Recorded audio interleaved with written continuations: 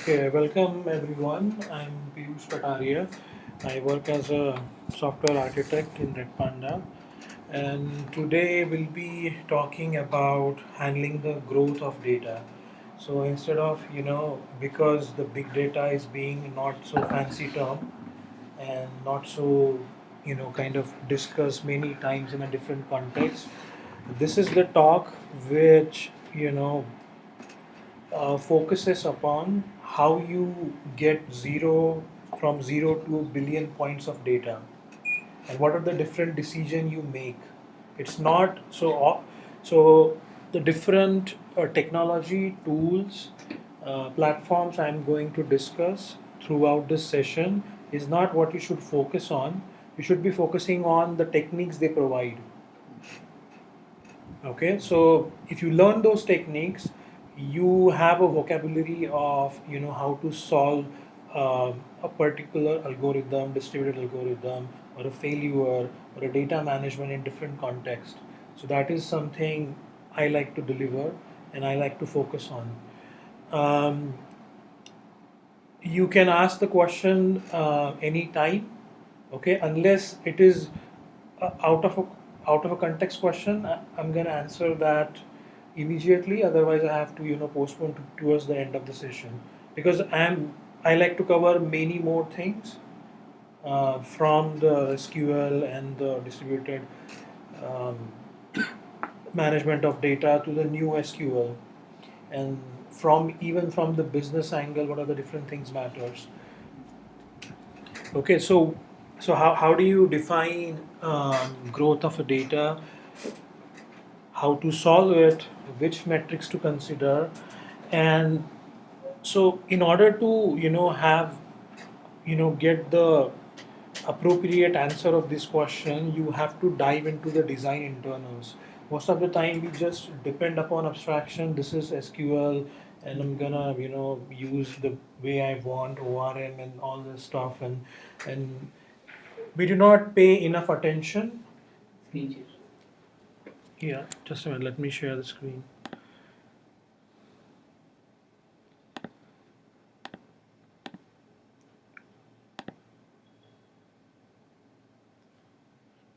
Hi, Ankit and Ankit. Okay, so sorry. We just started. I shared my screen. Can you see my screen? Okay, cool. Yeah. Okay. So most of the times we kind of rely on very high level abstraction and do not dive into design internals. But if we understand the design internals, we would be able to make any choice which we want with any tool we want, and hence we can logically or physically compose those tools, platforms, and technology.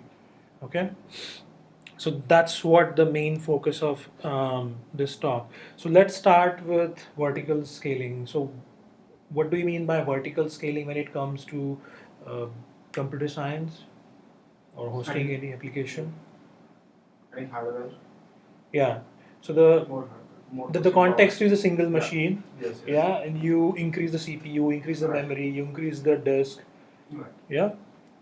Yeah. So for the sake of our discussion, and by the way, this talk is going to be a discussion. I am not the only person who's going to be talking. You are also, invited to talk at anything, but only maintain the context of what I'm following through the slides. Yeah. So let's start with the small database, say Postgres or MySQL, whatever it is. Yeah. And say we have a normal, requirement as the average requirement of the apps. Like, so say after 6 months or 1 year, there are going to be thousands of rows per table. Okay, I'm not. I don't want to go into whether it's going to be e-commerce, whether it's going to be a different domain, because the domain here is just a technology. So just let's discuss about that. But if you want, um, in a certain context, you can ask me how it's going to behave. Okay, so there are thousands of rows of table. If you consider the OLAP requirement and OLTP requirement, what is OLAP and OLTP? Online transaction processing, Analytical. online analytical processing. So simply put, like OLTP is like insert, update, delete. OLAP is select. So basically, Many versions of select, yeah. say if I'm browsing a banking website, Yeah. then it would be categorized as OLTP because I might do certain transactions. I'm not just browsing. Maybe I am transferring. So it's both OLAP and OLTPs, because you are so when you so when you log in into a bank system, there are different menus, right? Which will give you what is your current balance, transaction summary, your mutual fund technique, all such a things. Okay, but the transaction is the only one thing you could do out of many things you do, right? So it's both OLAP and OLTP. Okay. So it depends upon, so in that case, it depends upon what your role is. As a consumer, simple consumer, you will be doing both, OLAP and OLTP. But if your job is like only generating the reports, it's a OLAP operation. If you are a payment gateway, you're only doing transactions, OLTP, right? So this is few hundred updates, and we know, most of the RDBMS follow what we love to say ACID, right? So just going, for the sake of this discussion, revising it. Atomicity is all or nothing. Yes. Okay. Consistency is during the transaction only valid data is only saved. Okay. Isolation, if there are multiple transactions, okay, there is a sufficient isolation to between those transactions, so they do not step on each other's toes. Okay. Durability is what if power goes down? Okay. So data is still there. Yeah. Okay, so how do you have a simple optimization? You can have, single node is sufficient, right? Not a problem. Single node is fine, which can have a reasonable CPU frequencies, right? And if you run into some issues, you can have like unique indexes, single B tree index, and a compound index. Okay. Now I like to go little more deeper into how index works. So how index works? You got one table. Say for the sake of discussion, you have a user table, right? The email column going to be a unique, right? They're gonna be a column which going to be have a very specific enumerated values. Like for example, gender. You're going to have 2 values or 3 values at the max. Okay.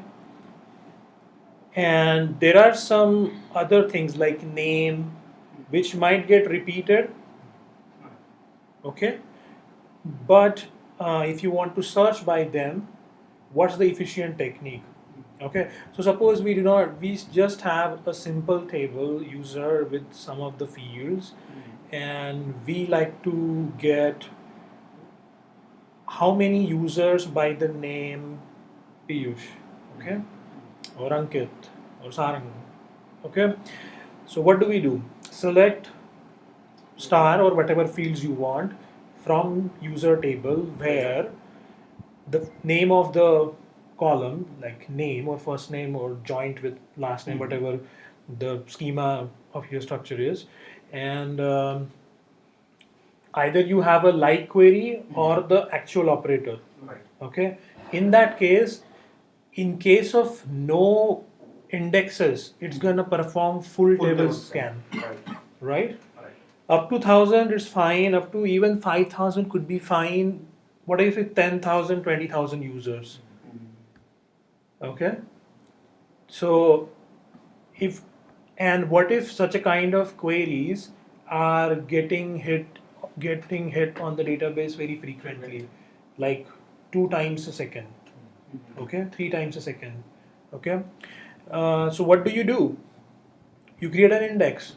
Now there are different kind of indexes, right? The first, so we talked about email. This is a unique, okay? So we know that it's gonna be unique, right? So we'll create a unique index. So what does unique index in RDBMS typically do? A, it's an index, and B, it's a constraint also. Right. Unique constraint. Yeah. So what does it do? It scans over all the fields, okay, if created in the middle of the table, if it has rows, right? Um, and it, so at the logical level, it just separates out that particular column into a separate file along with the row ID. Row ID is not a primary key. Row ID is some physical which we do not see, which is maintained by the database for at the physical layout. Yeah, disk level. Okay, so we get a tuple of the row ID and this. So unique ID is like unique, and it's something like a hash, right? So when when you can compare with it, there is only one thing going to be returned in the result set. Right. Okay. So what we did here actually. So previously, now going back to the query, select star from the user and this thing where your name is. Now instead of scanning the whole table, it will scan that index file first, right? Which is very compressed, right? Because why? Because it has only one type of a data, okay, and it is easy to load off from the disk into the memory and read them, and wherever you find those row ID, then you query only those row ID in the actual table, right? Okay, so what are we doing here? We are trading off as simple like memory space with computation. I don't want to do computation at all times. For that, I'll create a separate memory of it, right, which is an index and this thing. Okay, so this is like a unique, but sometimes you also want ranging and all such things, like suppose I have a age. So what's my age, and I like to get all the users between the particular like 25 to 30. What do I do? So for that, B tree is there, or B tree is created on the data set which is not unique. It is repeating. Yeah. So B tree is very similar what we have, kind of uh, learned in our academics. Yeah, tree. So it maintains a range like 1 to 20,000, and at each and every level, it kind of divide the range. Okay, so that number of level hops you do is minimized. Okay. Then the same fund applied here, like if you want to have a single B tree on the name itself, because name can be duplicate, right? What is compound index? So suppose your query needs multiple columns. To query a multiple columns in your where condition, there are multiple columns. Either you want to make a compound unique index or a compound B tree index. It's both reasonable, right? Okay, and so these are the kind of very trivial, optimizations at a basic level which we can do, and of course we can use modern SSDs. They are quite not so expensive these days. You can also use something called as buffer cache. Every RDBMS has buffer cache, like it has its own very stripped down version of, so to say, heuristic model, or you know its own AI model, where it keep tracks of what are the different tables or indexes getting hit across all the connections, and if hit ratio is more, we can cache it in the memory. Okay, or you can go whole in memory, but it's gonna cost you the dollar. Okay, it's gonna be really fast, of course. Okay. So why in memory? It's say like because in memory speed is at least 1,000 times better than disk or SSD, and also in memory you do not have to abide by the encodings. When you persist the data on disk, you have to abide by certain encodings, which you can, you know, ignore when you're storing it in memory. Okay, and indexing and all, it just could be a simple pointers, memory pointers, which are really efficient. Okay, so that is how we going to have. Any questions here? So all clear. Okay. Okay. So we'll go further, and let's talk about relatively larger database. Okay. So what is this application after like 5 years, 10 years, or different maybe different application with larger data loads, right?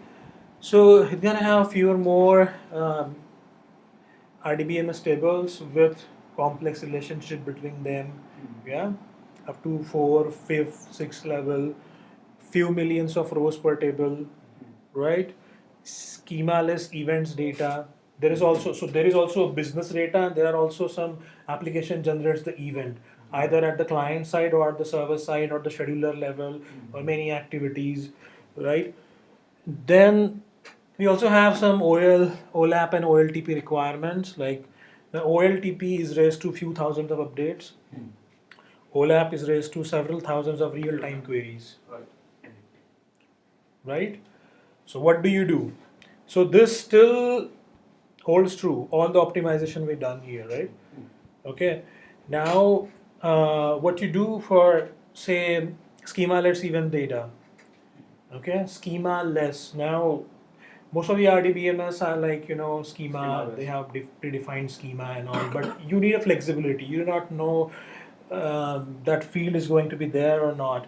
If you try to create the column for each and every um, the attribute which you are going to receive, it's gonna be problem, right? So suppose you have events data and it's have a few millions of rows, and suddenly events has one more attribute. Right. Adding a column for just attribute, right? It's gonna take at least 2 hours because RDBMS are built that way. Okay, adding a column to an existing table is an expensive operation. Right. Okay, so especially in case of Postgres, it follows the MVCC model. So even if you do insert, update, and delete, it never deletes or updates internally at the disk level. It always create a new record and purge. There is a different called as vacuum system, which acts as a garbage collector, and it swipes out the old thing. Yeah. So if it's a delete, So it marks a certain flag. Right. Okay, so it's deleted, Right. right? So things like that. So adding a column is not an option. It's an option, but it's not an optimized very option. So what do you do? So you come up with certain flexible custom fields, which can, which kind of uh, is not conform with what we call normalized forms, 1NF, second NF, 3NF. Okay. But we are breaking the rule, but make at the same time we are making it more usable, the RDBMS system. Okay, so that's gonna be a JSON field. Okay, so JSON field we add more, delete and add all the attributes there. Okay, of course reasonably higher CPU frequencies. Now we need more indexes, more another type of indexes just than these, like unique and single, B tree, and whatnot. So suppose I have a few millions of rows, and even if I like to search on a particular column, right? Yeah. Say I don't know, maybe a name or maybe any other which is a string value or any other data type for that matters. Maybe range. So how do I? So suppose, or maybe say for our example, let's consider the age field. Okay. AV1T.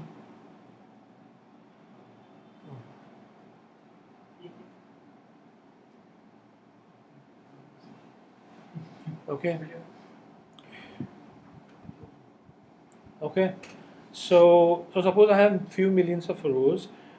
The B tree index which I have created on say um, age column, it's going to be very large, right? Okay. So what should I do? Are there anything I can do? So there are like functional and partial indexes. Okay. So what they do is instead of focusing or building the index for the whole table, they will aim at, you can tell them to aim at the subset of a data. So how do you tell them? By mentioning the where condition while you create an index.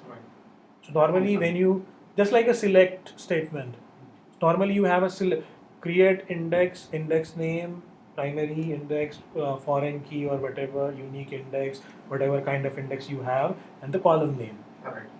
Or list of column name, it is called compound index. But in this case, in addition to this, you also mention a where clause. Okay, so only when that where clause which you have mentioned in the while creating an index is mentioned in the select query you are firing, that is the only case that index will be looked up. Okay, so I have created suppose say functional index like the partial indexes, suppose partial index like I want all of the say ranges 15 to 20, 21 to 25, 26 to 30, 31 to 35. Like this is the in gender group I like to define. Okay, so what happens? So because database knows that index is only created for that kind of a range, and if you query in that way, only those files will be looked up, right? See what we are doing, like at the managing, like just diverting the calculations.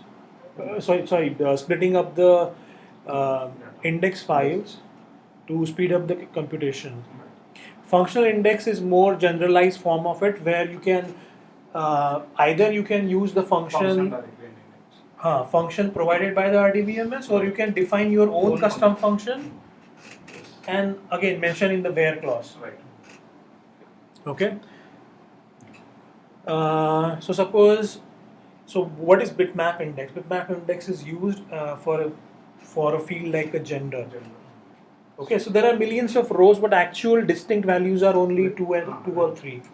Less distinct values. So if I create a B tree index out of it, it's gonna consume much memory.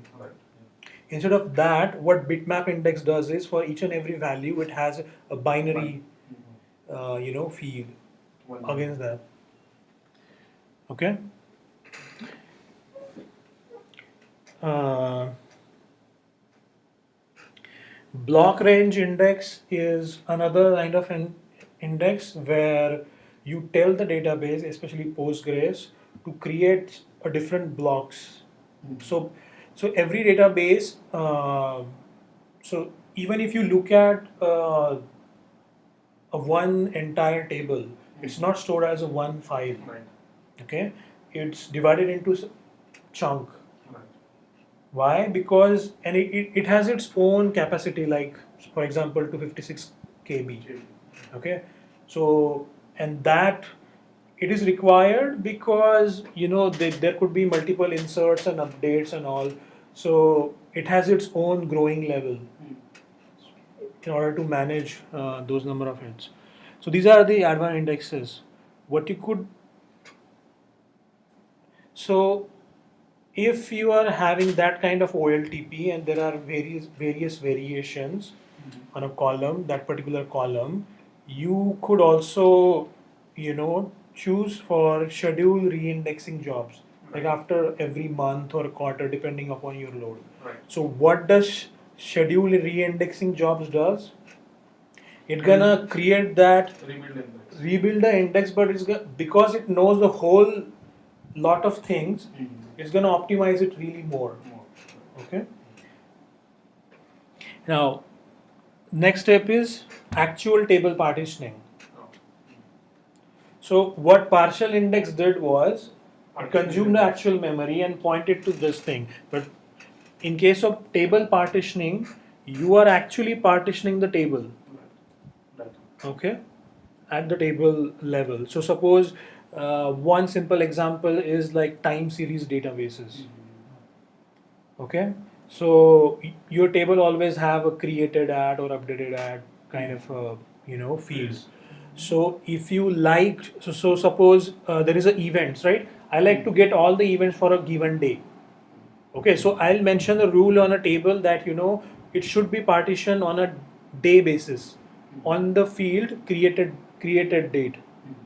Okay, so all the data which is created on that date will go to a different. So internally it maintains the different table. But when you query it, you always mention created date. Otherwise, it's gonna, if you do not mention a created date, it's gonna scan all the partition table it into. Okay.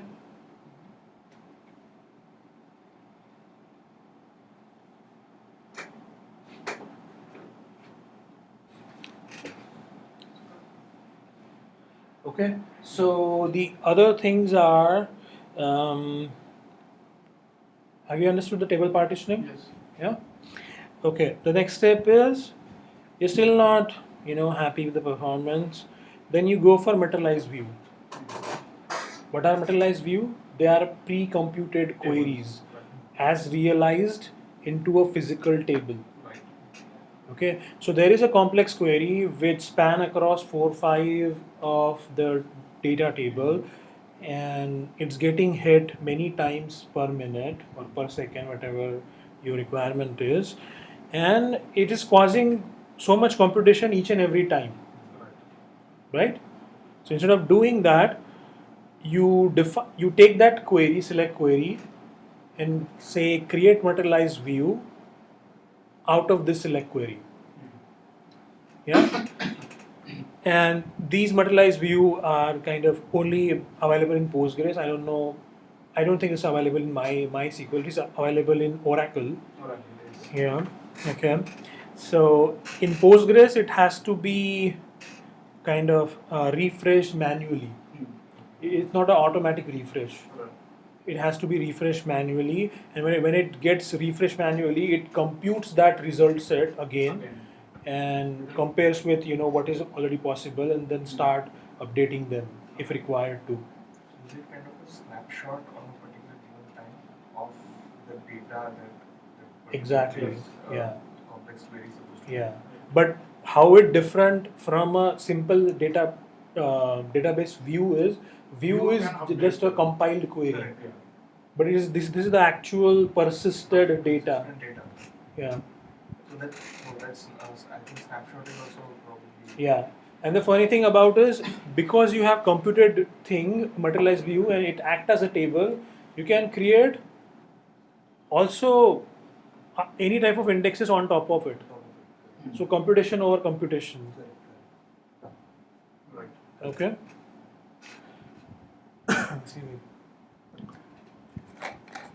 How many of us have used this techniques in their project?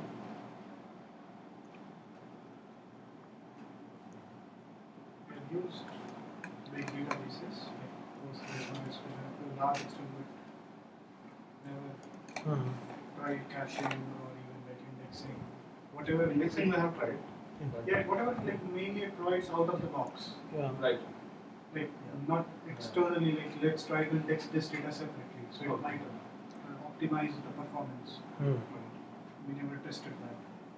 Okay. And Partitioning kind of thing that we have done in SVS, but actually it's in different context. So we'll talk that. Yeah, anywhere. I mean, anywhere. Yeah. Yeah. So that is partition. That region by partitioning. Region by partitioning that we have implemented. I'm gonna cover that anyway. Yeah. So we'll talk in that Yeah. how it can be improved. Okay. Cool. You're still not happy. What to do? Okay. So the next step is try to do, have different things. Now, uh, you go with some of the architecture like, master slave with read replica. Right. So master and slave architecture with read replica is, there is one master is something, a machine which hosts the database and can take read and write. Okay. Slaves, machines are which connected to the master. They always get updates in the newly changed data, but they only serve for read purposes, not write. From the client angle, from the connection angle, you cannot make a write query on the slave. Okay. Right. It always listen to the master. So master is the only person who like takes the writes and OLAP and OLTP both. But slaves like only OLAP. More of a load balancing kind of thing, where you Right. But you are only distribute load balancing the load. queries, not. Wait, I understand. Yeah, But yeah. you, in that way, at least Yes, you distribute yes. the load across Yes. multiple database servers. Yes, exactly. And one more thing is, if master goes down, Correct. Yeah. one of those could be a master. Right. Okay. Okay. So we scale the reads. Okay. How about writes? Okay. So there is something called as async commit hooks. So imagine that at a database level you have like at least 100 connections, and all of them are doing update and insert queries. Okay. Now you can choose to persist only certain queries or certain commands of it directly, and rest of them you can choose to delay it to the actual persistent disk. Okay, so how do you do that? By mentioning a commit interval. Like for example, I like to have a commit interval of 1 second or 5 second. So whatever, so it's like a batching, but batching from multiple connections, internal batching of commits at the database level. Okay.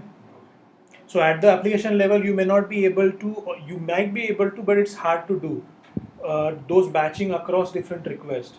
But because it is going to a single machine, which is accepting a write, it is easy to buffer them, queue them, right, and only persist after a certain interval of time. Like so that you can change. Okay. So suppose not everything has to be consistent, right? Aside from transaction, like someone changed the address, someone changed the whatever less significant details, which you can live with. Right. It's okay not to have, it's not to show actual result data, and with the period of 5 seconds of lag. Okay. Right. So it's okay to have it. So that's one of the tricks you can do. Then you can have, again, master slave. It will help you scale the um, reads, but you have to have machines. Okay. So what if you scale the hard disk? Okay. So instead of maintaining a one hard disk, you maintain a RAID level 1 0. Okay. So what does it do? It accepts writes on only one of the disk or both, but actually it maintains the disk array. Okay, internally, and that block by block replication is managed by the disk driver itself and the operating system.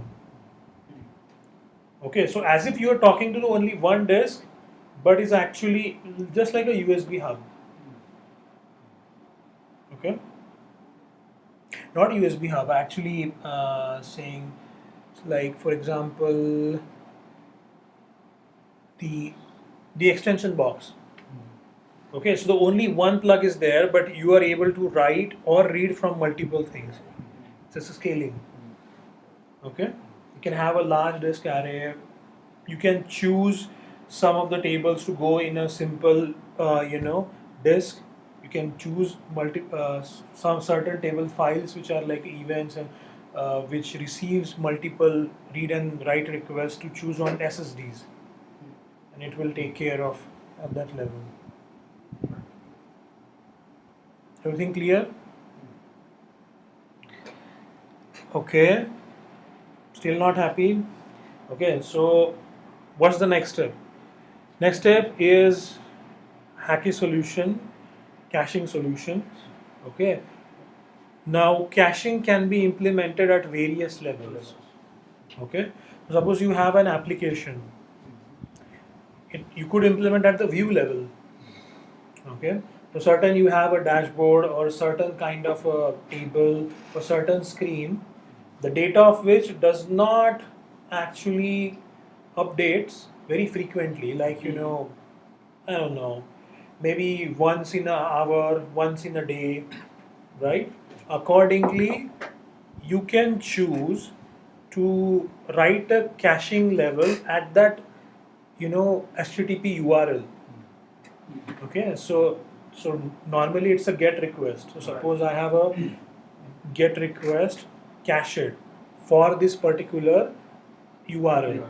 Okay, so what am I gonna do is whenever that request comes to me, that is my key, and I'm gonna persist that whole HTML zipped into the as a value in some key value database.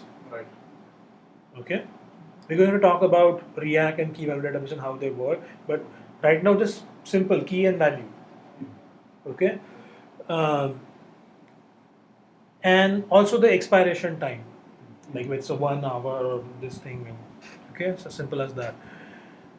Not all of the views you will be able to cache in, right? Okay, so what do? You go one layer inside, one layer deep, which your service layer, which view layer calls to get it data from. Right. So what are service layer? Simple, functions, Business logic. business logic, and all. Same funda, key and value. So how do you do it here? You look at the function signature. All the arguments to that act as a key, Right. the composite key, and the returned value act as a value. Yeah. Obviously. As simple as that. Yeah. Okay, and of course the expiration period. Right. Excuse me. The next level is ORM. So this is more, famous because we know how much we love Spring and Hibernate and ORM stuff or Django and all, or active record in Ruby. So what they do is you only depend upon ORM. You do not do any um, handwritten SQL queries. You only entirely depend upon ORM layer, and then you scale the ORM layer by adding a cache plugin to it. Okay, so there's a different kind of like cache, um, for example in Java, and then there are other things. Right. Memcache. Yeah, memcache Redis. I mean, you can override that interface and register with it as a service, right? Okay, what is the other thing? At the database layer. So between your application and the database, you have a cluster of machines which act as a gateway through the database. So first the query hits to those caching layer, not the database, and that caching layer is so intelligent to have that query broken and analyzed that have I already done this kind of caching to my thing, okay, and how many updates are there. So only if updates are happened to that particular thing, okay, then go and look for the database actual, otherwise use the cached value, okay. But all of these are very hard level to debug, Right. and it's a complex solution to have. It's It's additionally you're changing the code. Right. not at least in the database layer, but the rest of the things, and you have to aware of it Right. when you should ask. And what if some other application is accessing the database which is updating it? So they should know each other's update, right? Right. Otherwise, it's gonna be reading the stale values. Okay, you can still go in memory, still, right? Like people, they want to go, so they adopt like SAP, HANA, and all terabytes of RAM, right? Right. If you want to do it, if your business can afford it, you can still do it. Okay, so these are the different kinds of optimization. Okay, so on the next slide, we'll talk about more how we're going to scale when the average stats get more numbers. But if you have a question here related to any of this thing. So these could be done in combinations of this. Yes, of course. It's Yeah. not only a Yeah. It's not only either of them, it's like Correct. either all. And of course, from whatever, depending on what is supported by which database. Exactly, yeah. So not everything might be supported by. Yeah. Like for example, MySQL doesn't support materialized view. Right.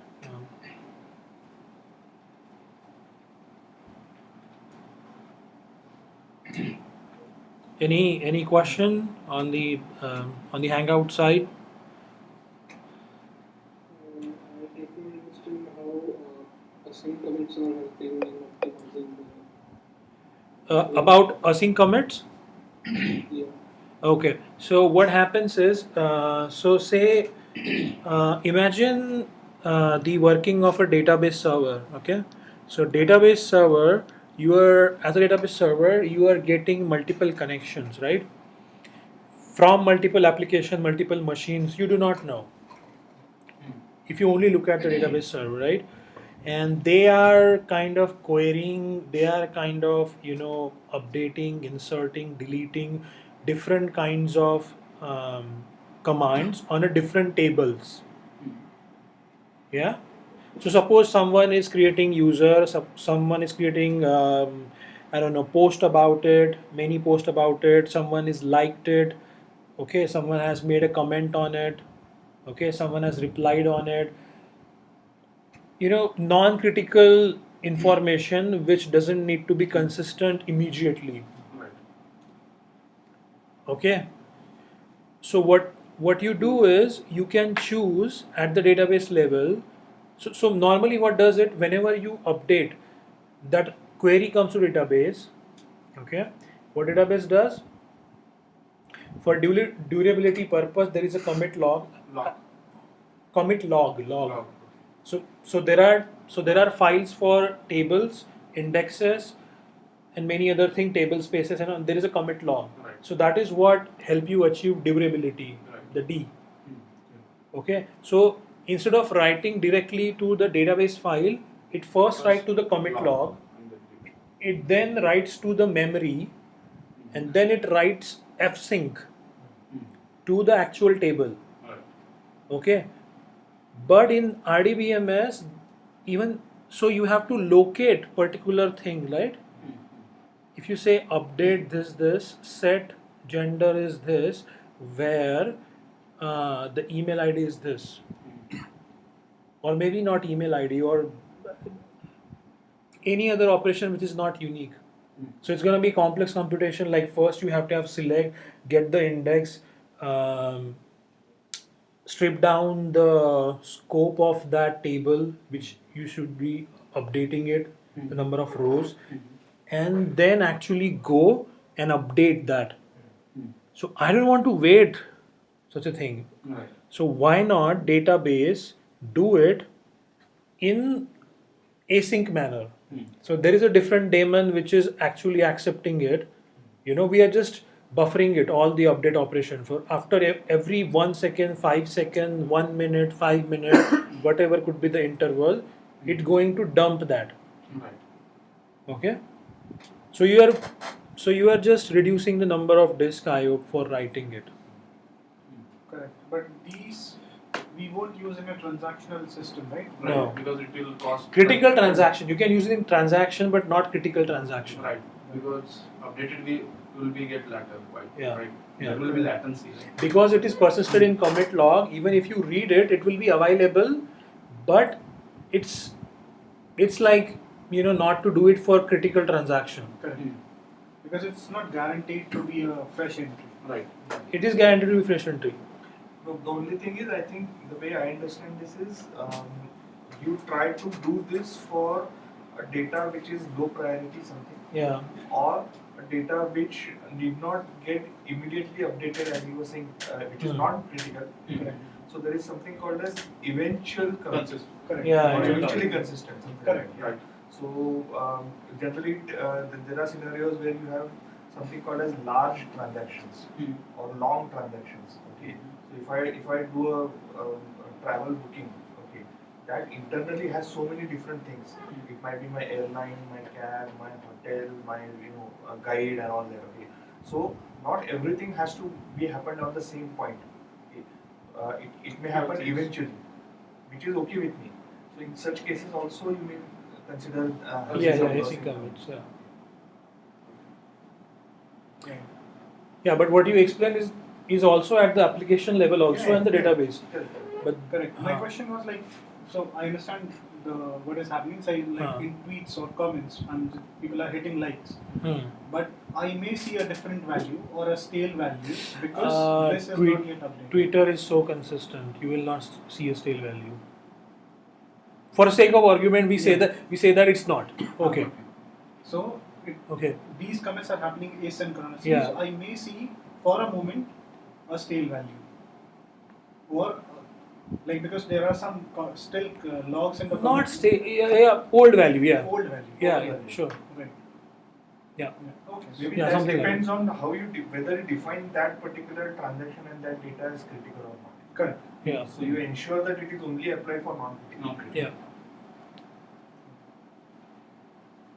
So Piyush, one more Yeah. thought I had. I don't know if you are covering in the later slides. If yes, maybe you can intervene there. Yeah. There is something. I mean, I have read about distributed databases also. Yeah. I Yeah. don't know if you are covering. I'm covering the whole range of it. Okay. Because Okay. that also can be one of the possible optimizations. Yeah. Yeah. Right. Especially from RDBMS point of view. Sure. Yeah. So if you have a huge table with so many number of records, Right. you break it in multiple databases. So what we are seeing right now is vertical scaling. That will Correct, come in correct. horizontal That will come scaling. in horizontal. Yeah. Correct. Then there will be a concept like sharding and all. Yeah, that. sure. Sharding and all that. Yeah. Okay. Ankit, does it answer your question? Yeah. Okay. Okay, so let's go to little more larger databases. Okay. Few more RDBMS table with relationships. Now hundreds of millions of rows. Right. Now there are schema-less events, audits, analytical data, real-time decision based upon events, Right. right?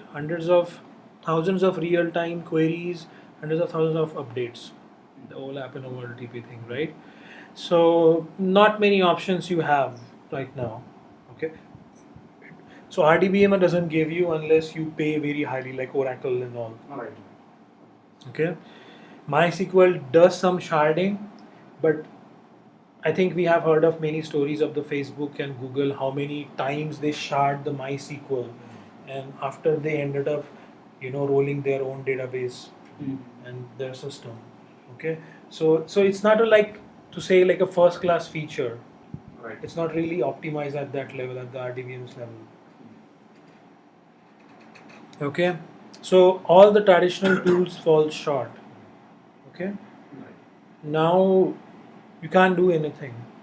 You can't go for in memory here also. Now it's gonna be really expensive. Right. Okay.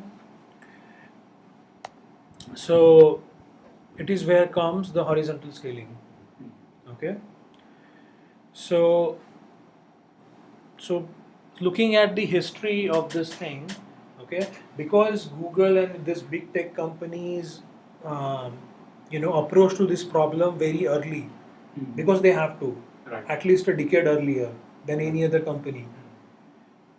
Okay, so there is enough amount of research went into it, and there is a different perspective, like whether you should scale the actual file system instead of like ext3, ext4, or Right. FAT32, whatever you have. So that research was called Google File System. So Google File System is a distributed file system. Right. So, I mean, why to think of a distributed database? Start from the very low level, Low right? level. Let's make your file system distributed. Hmm. So there is a transparency, right? So when you create a file, internally it might be split up into a different machine, machines. and it's a very transparent, Right. right? I mean, why database engine has to change? Okay, so that's what distributed file systems are like. Instead of sitting on only one machine, they span across other machine which are in LAN network, WAN network, whatever network, Right. but they should be connected through internet. Okay. Second thing is, when you talk about such a distributed system, you also have to talk about or revisit your querying capabilities. You Yes. can't depend upon SQL. Yes. SQL, the whole point we discuss in vertical scaling, because the SQL engine, the way it is built, it's only for that certain of data, that normalization forms and all, Right. right? But if you have certain this many number of data, this crunch of data, then it it's just not efficient. That SQL query or engine is just not efficient the way it is written. SQL, I'm saying SQL engine is not efficient. SQL might be. SQL is just an abstraction. Right. Okay, I'm saying SQL engine. There is a difference. I'm not saying SQL cannot scale. I'm saying SQL engine they built, the way they built cannot scale. Okay, so they came up with MapReduce. Okay, and you also need a table then. So for a big file system, you have a big table. Okay, so these are the research papers. Of course, this research paper do not tell everything. Aspect. Otherwise, Google will run out of business. But they told, enough for other open source community to follow. And after that, there are many different open source version came up, right? Like Yahoo and all other companies came up with HDFS as a alternative to Google file system. Right. HBase, MapReduce remains the same. HBase as an alternative to Bigtable, Big deal. right? Right. So if it is a open source, many people can contribute it, have their ideas, learn from different communities and all, right? So what is basically, so let's start with the MapReduce. What is it basically? Okay, so this is a hello world, you know, program in MapReduce. Nobody going to write it like this, but this is just to demonstrate how it works, right? So the problem statement here is to count the number of words in a file Right. which has, say, terabytes of data. Okay, you can visualize as like many novels and all the articles they're concatenated together, and you want to kind of get the count of it, Right. all the books. So what do? So you have the input, you split it. Okay, so these are different layers, and for each and every layer there is a parallelism involved.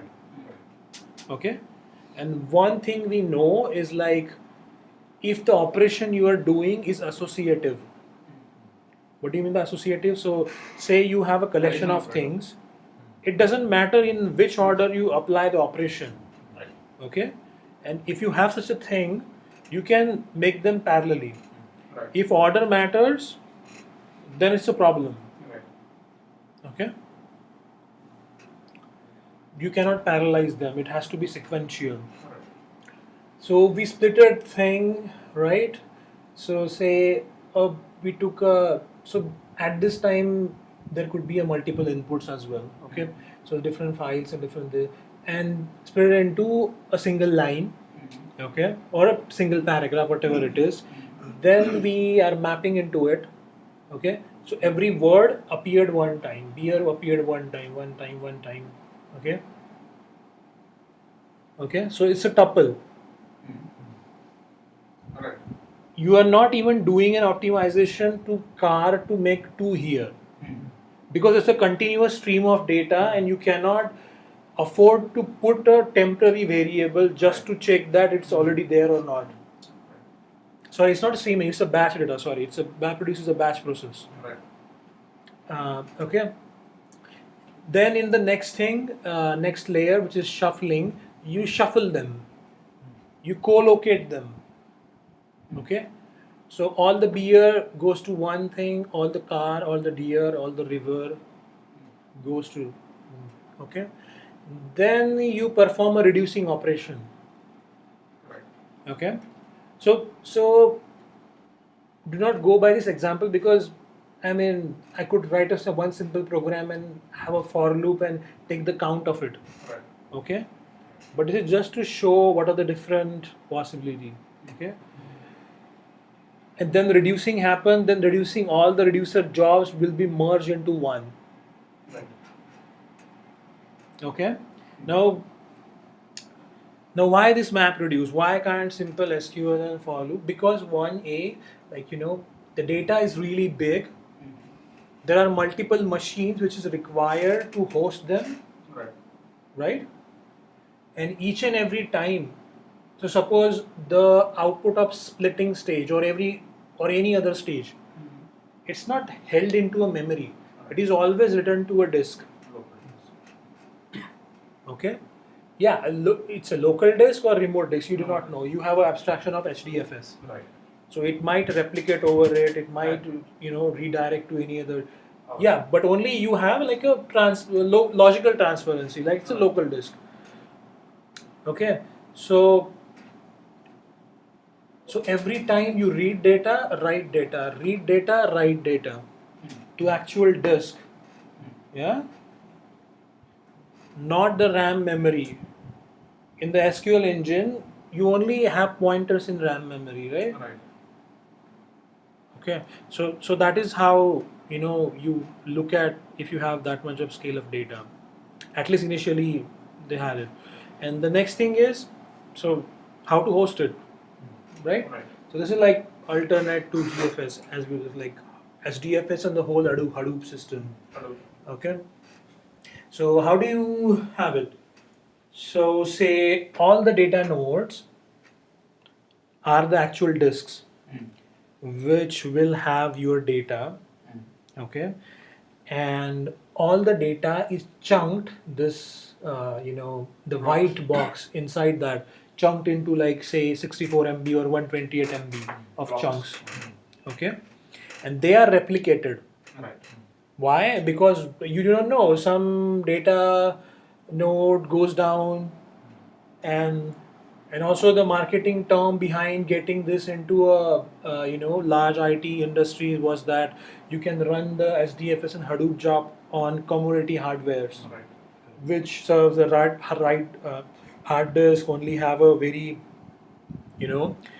trivial memory like 512 MB RAM or 1 GB RAM, stuff like that.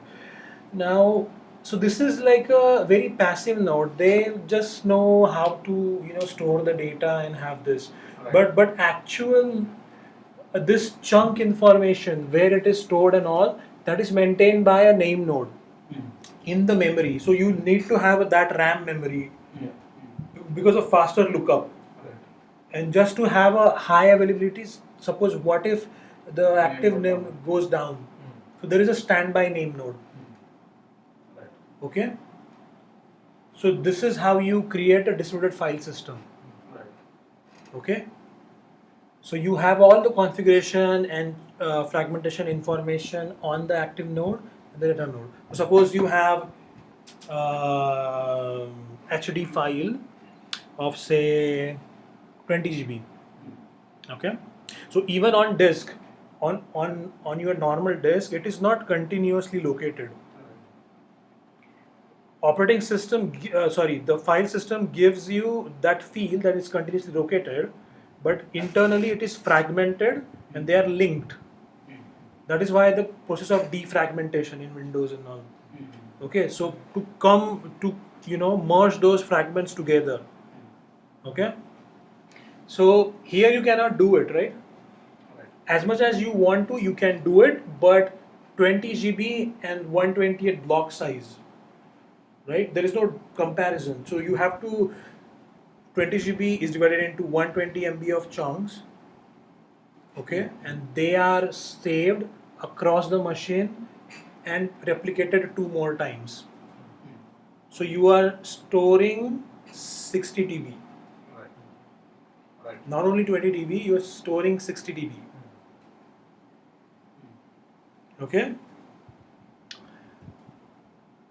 This why I'm telling you all this, because this will be helpful when we go into new SQL evaluation and how they handle it. Right. Okay. So okay, now to run the Hadoop job.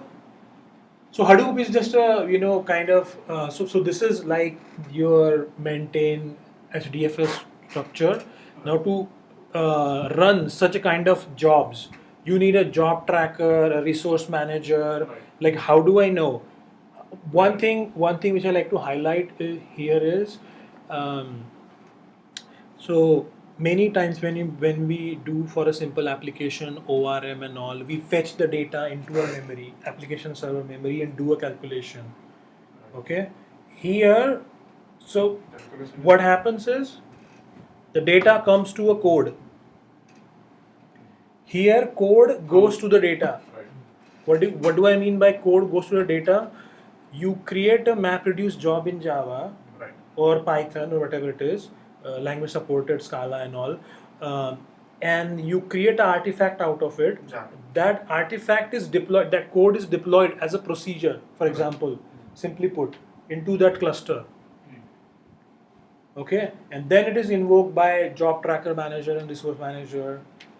Okay, so these resource manager take care of, are these job running or not, right?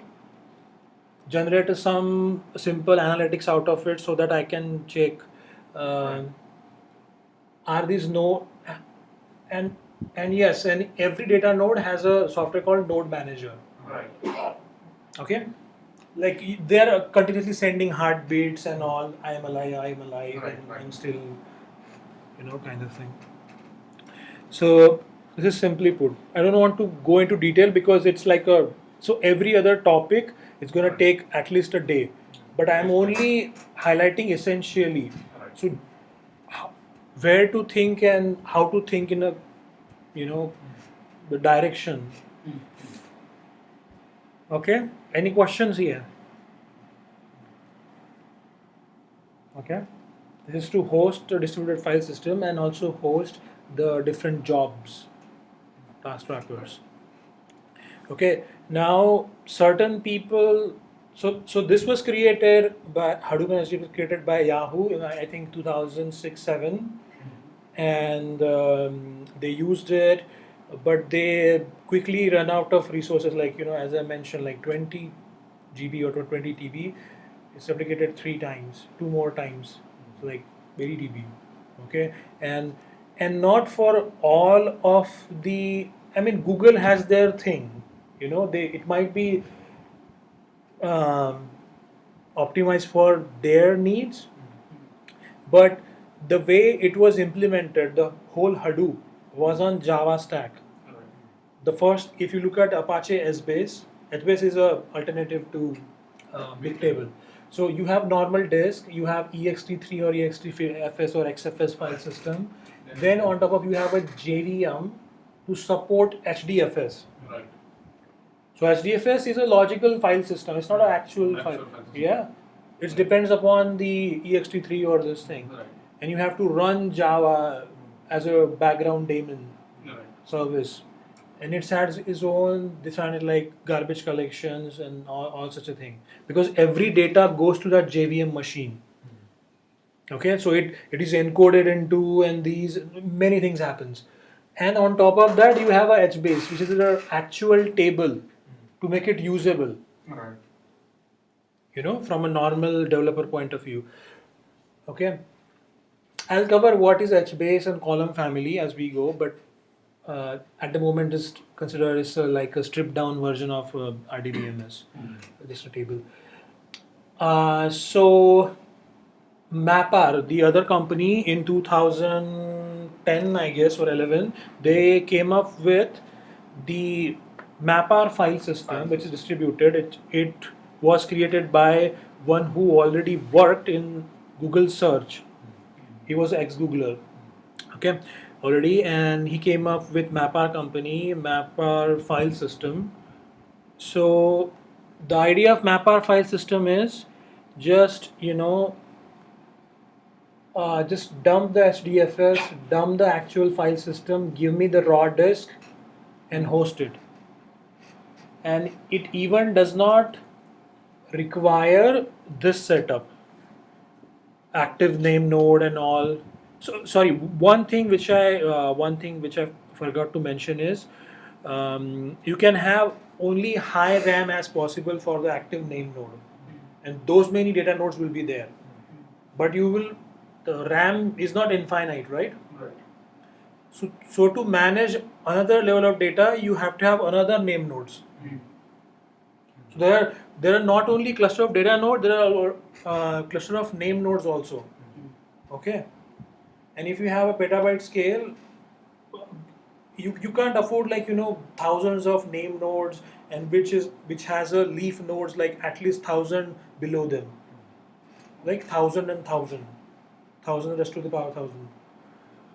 Okay, so that becomes complicated. So he came up with the Mapr founder MC Srivas. He came up with the file operating system, which is written in C++, the native thing, and it doesn't need any coordination. It itself knows how to act and all. Okay, and of course it needs which other system to connect, of course. Right. Okay, so this whole logic like active name node and data node and whatever it is squeezed into this.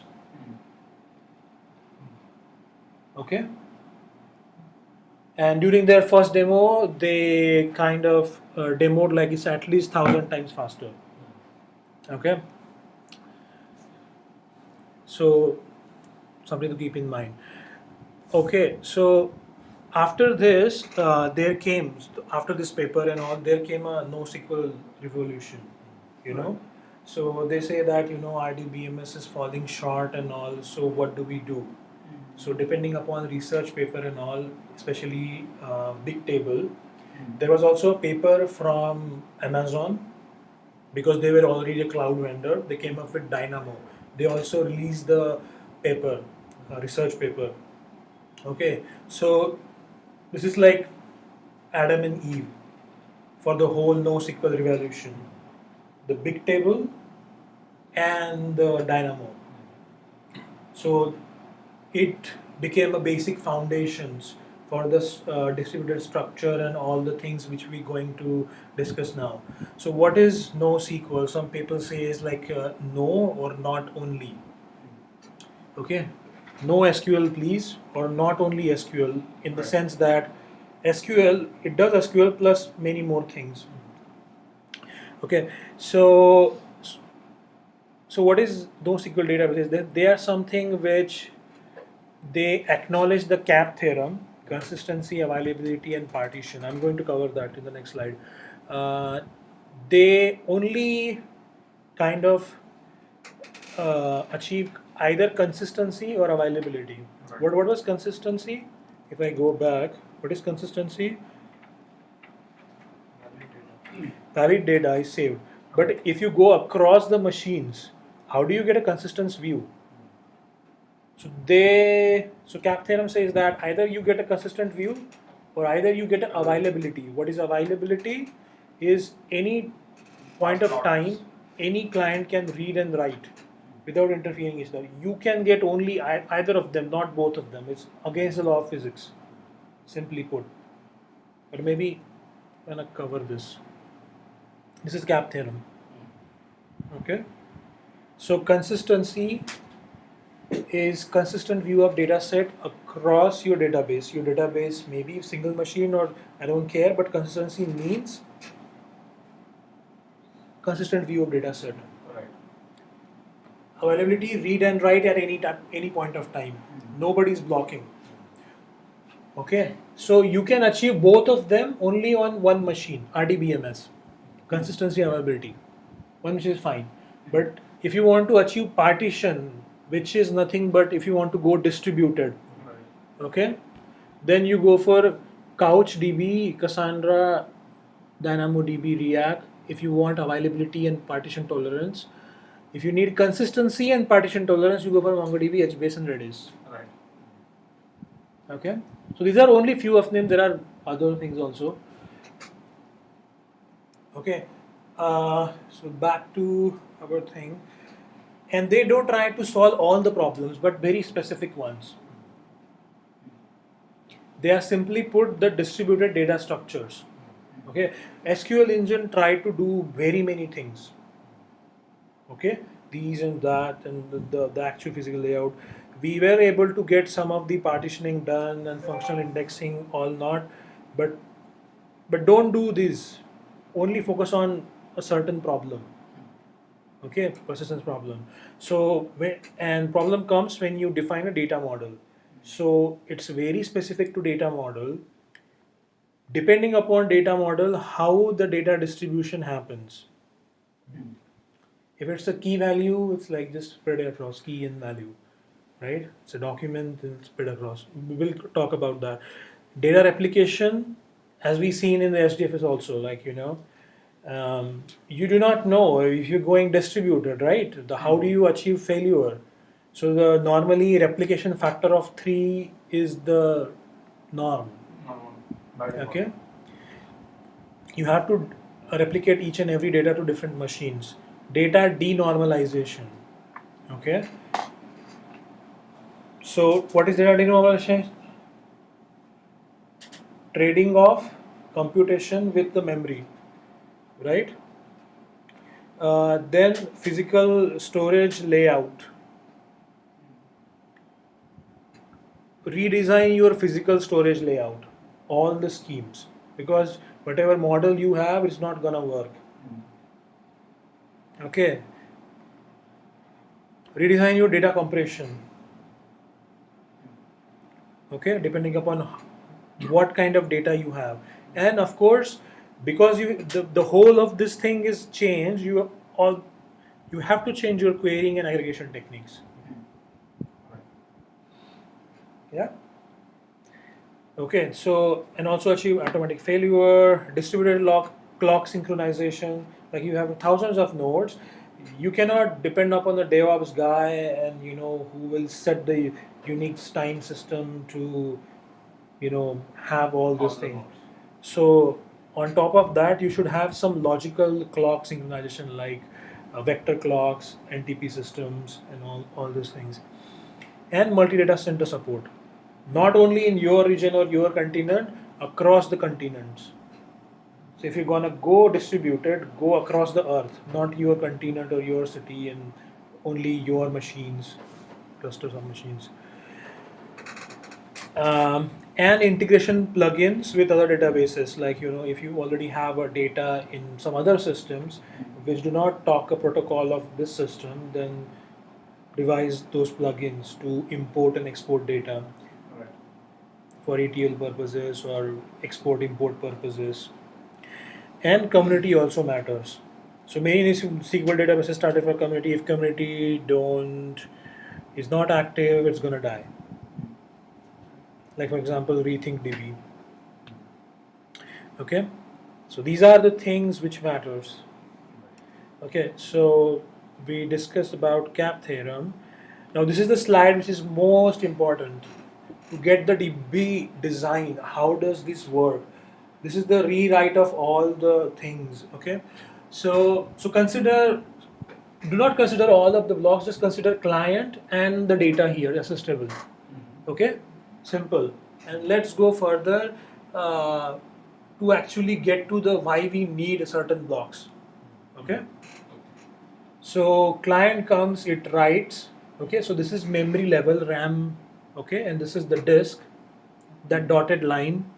Okay, so clients come, the client commands comes and suppose it directly return to a database, that particular table, that particular row, what gonna happen? As we discussed, this is not durable, right? So suppose 40 commands are ongoing and they are doing fsync. What if power goes down? Those files will be corrupted. Okay? So do not directly touch the database files. Have them into the commit log first. Commit log is sequential write. Right. Sequential. It doesn't care what is before it. It's just sequential. That is why it is fast. Okay, just fast. Just write it sequentially. All of those things. Okay. Then after writing that, also write into a memory. Okay. Why? Because it has to be synchronized into this ultimate table, right? A data table. So instead of only doing in commit log and some processes reading it, that's going to be again a disk hit, right? So always do commit log, then do a in memory representation, and then get the acknowledge back to the client that okay, it has been written.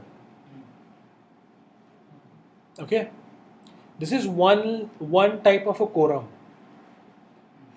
Okay, you can choose to have that command gone into commit log into mem table into the memory and the data. That is second. You can choose to have that client again the whole process data returned into this and replicated over in the cluster. So that's like a strong guarantee. Okay, so all of the database by default has some capability. Like for example, here Cassandra by default is highly available and partition tolerant. But you can choose at the query level to be consistent. HBase is by default consistent, but you can choose it to make it simply high available. I don't care, even if it's an eventual consistent. Okay, so but by default this is going to be my behavior. Right. Okay, so that is second, third, and the fourth is across the data centers. One is at the level of memory only, at the actual data returned to the disk. Third is across the cluster, and fourth is across all the continents. Okay, It's called quorum. quorums, local quorum, disparate quorum, and all this thing. Okay, so and needless to say that if when you go from option 1 to 4, there's gonna be many complexity involved and the latency involved, Right. right? But it is possible. It is defined by, this is not defined as a first class feature for all the good, databases, distributed databases. Okay, so that's fine. But what happens is, so many writes are coming. Okay, and this SS table, what is SS table? String sorted table. Is the term borrowed from the big table paper. I have the link. You can go and read that. So for every other table, so when the flush from mem table happens, so there is a threshold for it. So threshold is 256 MB. Whenever I get a 256 MB, I'll dump down into the actual disk. Till that point, I'll only have in mem table. Okay, but what happens with the other cluster then? Other cluster also keep it in the memory itself. Other nodes in the cluster, sorry. Yeah. So only after that it will be written into the disk. So it is always producing like 256 MB or 64 MB depending upon your workload. You can tune it. Okay. Each and every time. Now one problem with this is all the inserts, updates, and deletes are assumes as inserts. Okay, So for insert and update it always adds a record. So these many fields have been done and all this thing. Right. Okay. And for delete there is something called as tombstone. Comes from marker. Yeah, tombstone marker. Right. Okay, so this has been deleted. So over the time you will have many SS tables. When you read it, writing is fine, but when you read it, you have to read from all those files, right? Because you do not know, but I mean, you do not know the order, right? Which, which came what and all. So there is a process called as compaction. Size tiered compaction, level DB compaction, time tiered compaction. These are the compaction techniques which kind of merges the results from these SS table into a larger SS tables to reduce the number of SS tables. Why? To reduce the number of reads which I have to do in those different files. Okay, like for example, size tiered compaction. What size tiered compaction does is, suppose you have 4 different SS table of 256 MB. Okay, it's gonna compact and say you mention the level is the maximum number of SS table which can be done at any level is like 4. So when 1 GB of data, which is 256 MB file of each, has been done, there is a background thread, okay, which compact this process, which compact this data files into a one file. Okay, and all SS tables are immutable. They once they are written to a disk, they are never written. They only can be read. Okay, and SS table also has indexes. So index is not a different file here. Index is something which is so if I zoom into the SS table, how does it looks like? Okay, so there is the data in the index table is sorted according to the partition key. Okay, what is partition key? When you go distributed, you need to identify which machine and which the partition key helps you do that. Okay, so everything and again which is like a key in the key value database. Okay, simply put. So these are all sorted, but only upon the data they have. But they can have a random data. So suppose you have a different SS table. One SS table might have a update query. Second have a update query for the same row.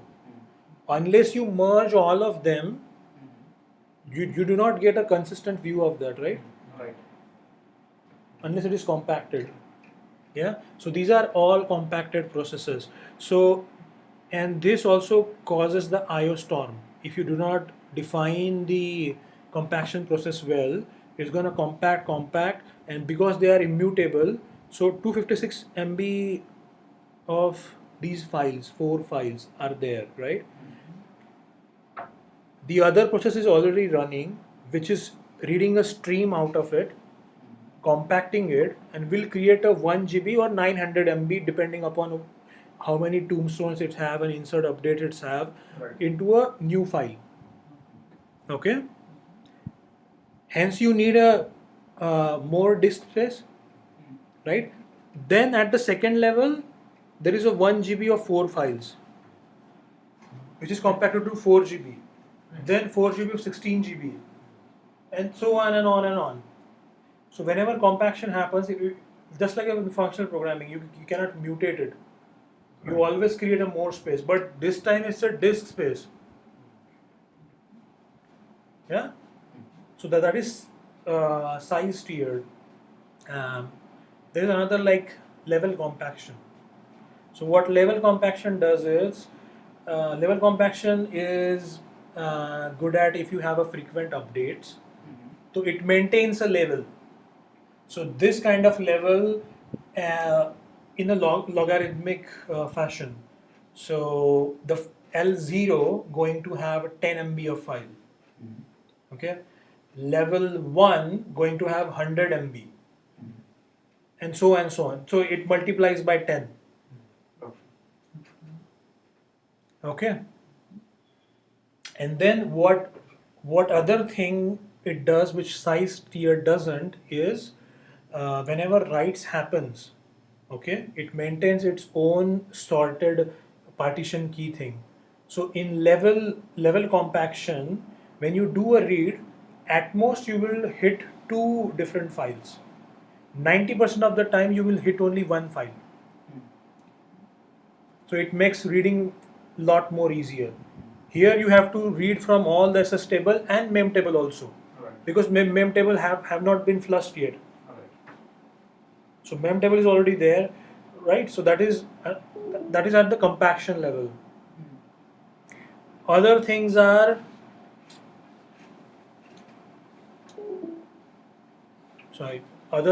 like partition key cache and row cache. Okay, so if you're going distributed, if you're going and if you have that granularity, why not Caching. cache, right? So how this key cache is different from the actual which is persisted. So this maintains as a hash table. This is persisted hash table or hash map. This is persisted in memory hash map. So against a partition key in the memory, it stores the different location, actual disk locations, where it is there. Okay, so you don't have to go and read each and every SS table and where it is and whatnot. It is already there. Right. Okay, not actual values, but key cache there is only key are cached. So suppose a particular machine has say million partitions, only million keys will be there and their locations will be there. Okay, and you can choose the size of the key cache. It doesn't have to be the whole partition on your table on your disk. Okay, you could restrict it to number of keys or the number of bytes it takes. Same case with row cache. Now row cache has everything. Right. Row cache has everything that you don't have to seek a disk. It's already there. It's like just like a full in-memory database. So row cache will hold row keys only or data also? Read also. Data also. The whole row. Whole row. Key cache is just a key. Okay, so and there are different things like you can use a Bloom filter. A Bloom filter is Function based. One function is there and it will fill, right? yeah. So the thing is, so you do not. So it's the internal data structure of key cache. Maybe I'll go towards the end of it. It's gonna complicate the thing. Okay, Right. this thing you understood. How the read and write cycle works and how the compression works for the SS table. This is similar across all the big data systems. Right. No NoSQL systems. Okay, this is popularized by Bigtable, and nobody go against Bigtable. They just followed what is mentioned in the research paper, Right. and many times it works. Okay. So other thing is we seen the DB design internal, but if you have so many nodes in the system, right? Okay, so how do you end up managing them? One possible way is this complex structure, like you have data nodes, you have a whole cluster of actual nodes, and you have a separate cluster of configuration nodes, right?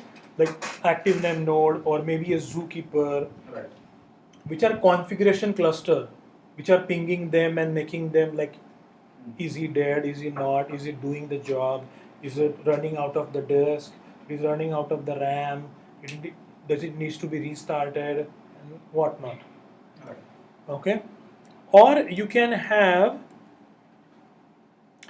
masterless architecture.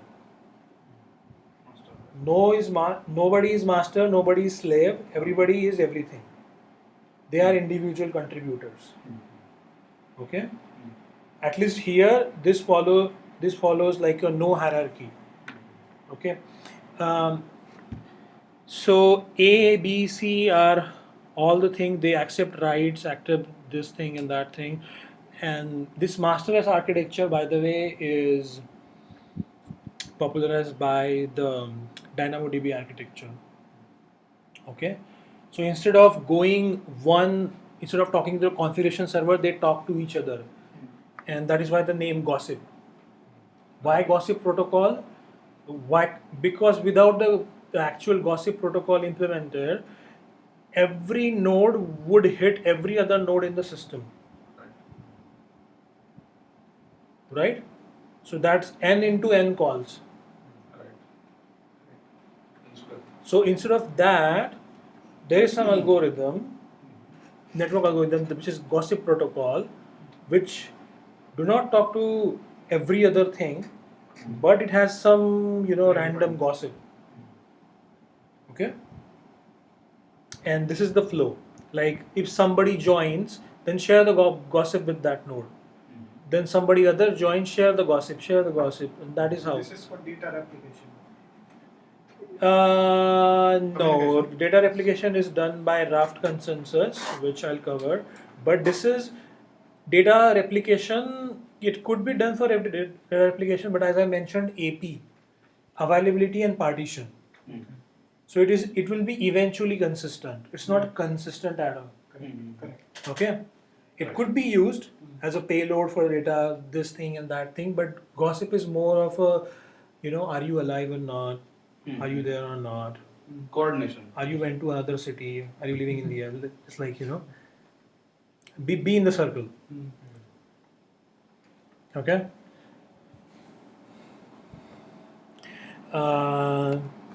Second thing is Raft consensus. This is the heart of every distributed consistent system. Raft and Paxos, they have more similarities than dissimilar. Like, for example, Bigtable and other. The strong consistent system like Google Spanner, which I'm going to cover, uses Paxos, but Raft is like device by core OS guys, and it's a very simple terminology. Like one is follower, one is candidate, and sorry, one is follower and the rest of the leaders, and one of them can act as a candidate.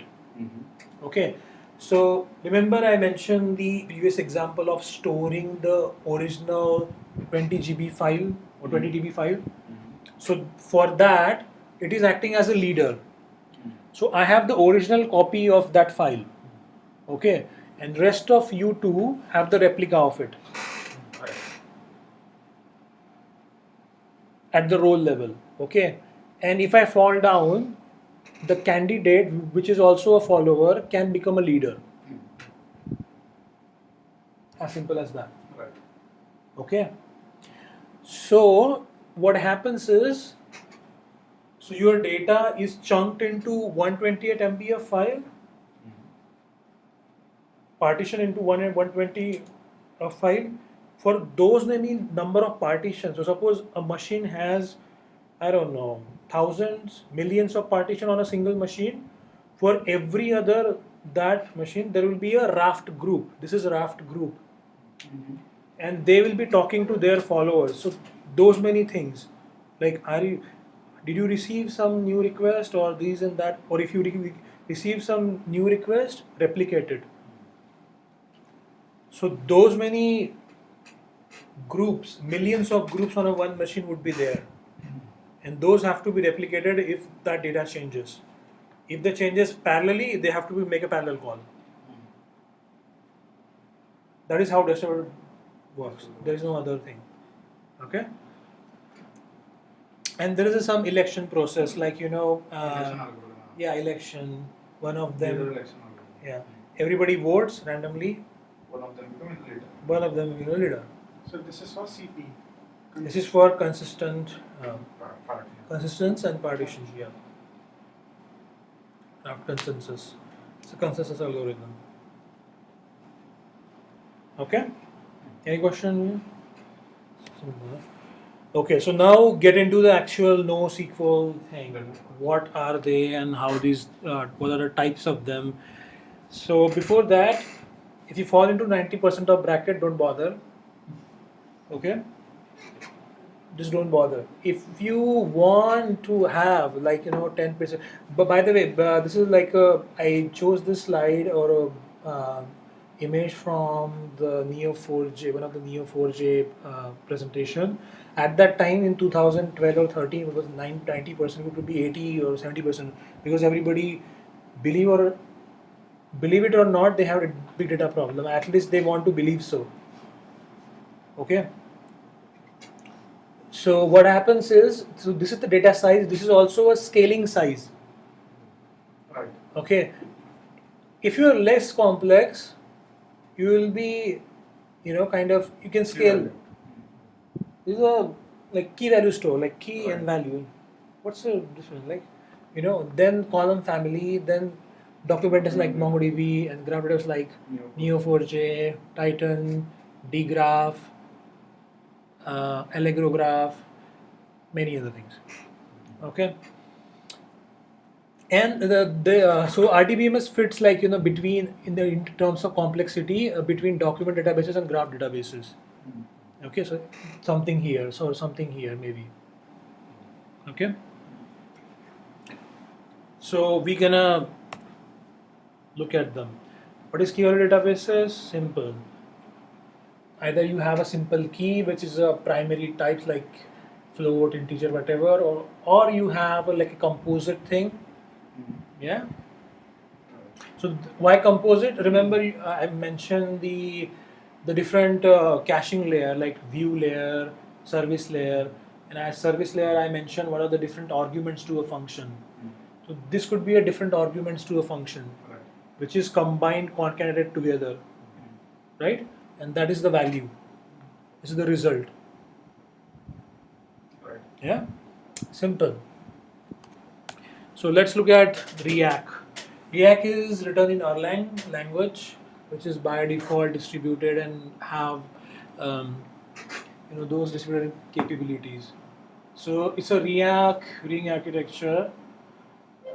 There are two things now. Here is, do you have 4 nodes, but it is divided into 32 partitions. Okay, or so these are physical nodes. Okay, what you can do is as a simple algorithm is like when you get a key, okay, you either choose to have a hash value in either of these 4 hash values, because the actual physical machine are 4. But what you can also do is have v nodes. Okay, v nodes are what? Virtual nodes. So instead of hashing to only 4, you hash to a different, more than 4, like 32, 64, 128, and apply different V nodes, number of nodes, depending upon the size of that machine. Okay, that is one use case. Or if some other machine joins or one being removed, okay, having V nodes, having V nodes is an advantage because those many number of partitions can be replicated faster to bring that node up to speed. Yeah. So there is a partition. Okay. There is a key value. There is a key. Either you can have hashed into only 4 things, or you can have hashed into multiple things, which is a greater number than actual physical machine. Why? Because each machine can accommodate many V nodes, virtual nodes. Okay. What is the advantage? If you have V nodes, someone joins. Okay. It will be allocated V nodes, not the actual nodes. Okay. So since V nodes are already replicated across it, many machines. So, okay. So V node versus simple partition. V node going to be very smaller, and because it is going to be very smaller partition, it is going to be distributed randomly, more randomly. right? So instead of having say 8 MB of chunk versus 64 MB of chunk, okay, and consider 100 of them, okay. So 100 of them, maybe 64 MB of machine may be replicated across only say 9 machines with 3 replication factor, but 8 MB of could be replicated across how many? 36 machines, okay. And since we seen this models raft consensus and gossip protocol, right? So everybody, so when, so leader, there are many leaders, right? Different leaders, they will fan out their request to fill up the new node in the cluster. Yeah. Oh, sorry, I went ahead. Okay, so having V nodes actually help in bringing new node up to speed faster because data is more evenly spread. Okay, it also helps in machine sizing. What if node 0 and node 1 have 128 core machine and node 2 node 3 have only 16 core machine? So I'll allocate more V nodes to first two machines, right? Why is this so? Because across the years and when you are maintaining this system, you will going to upgrade, right? The machine spec. So you can, depending upon actual node specification, you can depend upon V nodes. And React also stores. So React stores all. So we discuss this architecture, right? The design of the big table. In React, it stores all the disk, all the keys which are on the disk in the memory. So key cache is full of that. So you need that kind of RAM. Okay. If you run out of RAM, it will not persist into a disk. It will tell other node to have it cached or stored. Okay, the next is column family databases. Okay, now, so this is all, this is all play of a partition key. So before we seen that a partition key was key and there was some data like a JSON data or multiple attributes or this thing. In this family, one partition key, against the partition key, you can have a subset of a table. One more level of complexity. Okay, it's just not a simple one record, it's multiple records, collection of records against a particular partition key. Okay, so how to visualize this? Like for example, okay, I'll tell how to visualize this partition goes, but before that, let's look at what is column family does. Like even it's a partition across this thing. One more property they have is which row store doesn't have, or it's completely opposite to row store. All the RDBMS are row store. They store actual. This is a physical layout, by the way. Okay, so the record, the name, address, city, right? All the values are stored as a struct on the physical disk. Okay, and that is why full table scan and only this thing is, and we ended up doing indexes, like create an index on name, so only have to this thing. But what column family database does is it creates a file for each column. So if you want to add a column to a database which is already have millions of rows, it doesn't block because it is creating a new file. But if you want to add or remove the column from existing row store, it has to update all of those entries. Okay, so in row store writes, it has a OLTP, it has a good OLTP OLTP behavior. It can be used for OLTP because you can locate that and just update that and all. Column store has good OLAP capabilities. Okay, so what they do is, so they do not actually do it like that, because so the record is this. So actual what they store is, instead of name ABC, we store the record ID colon ABC colon timestamp, Right. tuple of 3, or a byte array, and this string is converted into a byte array, Right. and it is stored in this Inside. thing, and they are compressed using run length encoding or LZ4 compression or many Right. other compressions. Okay, there are different compression algorithms depending upon your needs, whether you want more writes, more reads, or this thing and that thing. And that is why, if you want to aggregate on one of these things, so how many cities are there, right? So it is very simple, because it has to look up only on one file. It is good as getting an index, right? Here. So just use that index and have this thing. But adding a row would be a complex, like more Exactly. expensive Yeah. task Adding a row, then it has to write on all the files. all the files, number of columns you have. And how does it recognize that I am like fifth row? Record. So that's what I Record. said, right? So every record is a tuple of 3 values: record ID, the actual value, And the timestamp. and the timestamp. Okay. Okay. So name also has like a record ID, then Yeah. the value, and So this is how column store work. And so suppose it is taking 50 MB of thing, it will not take more than 15 MB.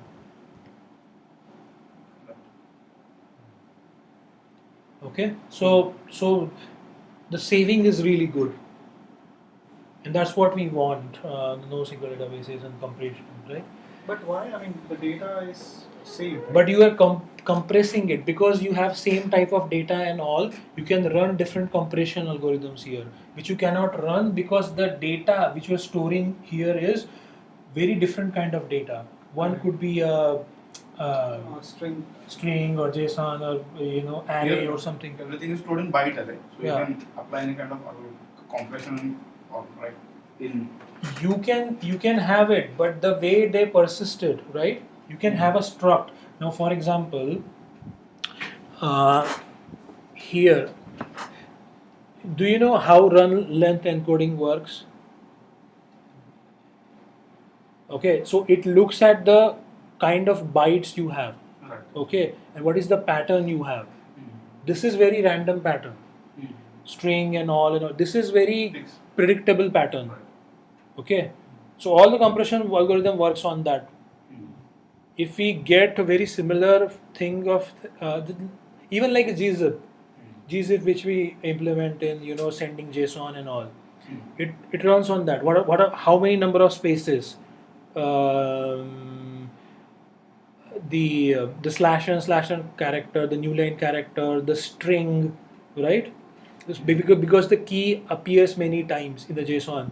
So based upon the repetitiveness, right? It does its compression. Right.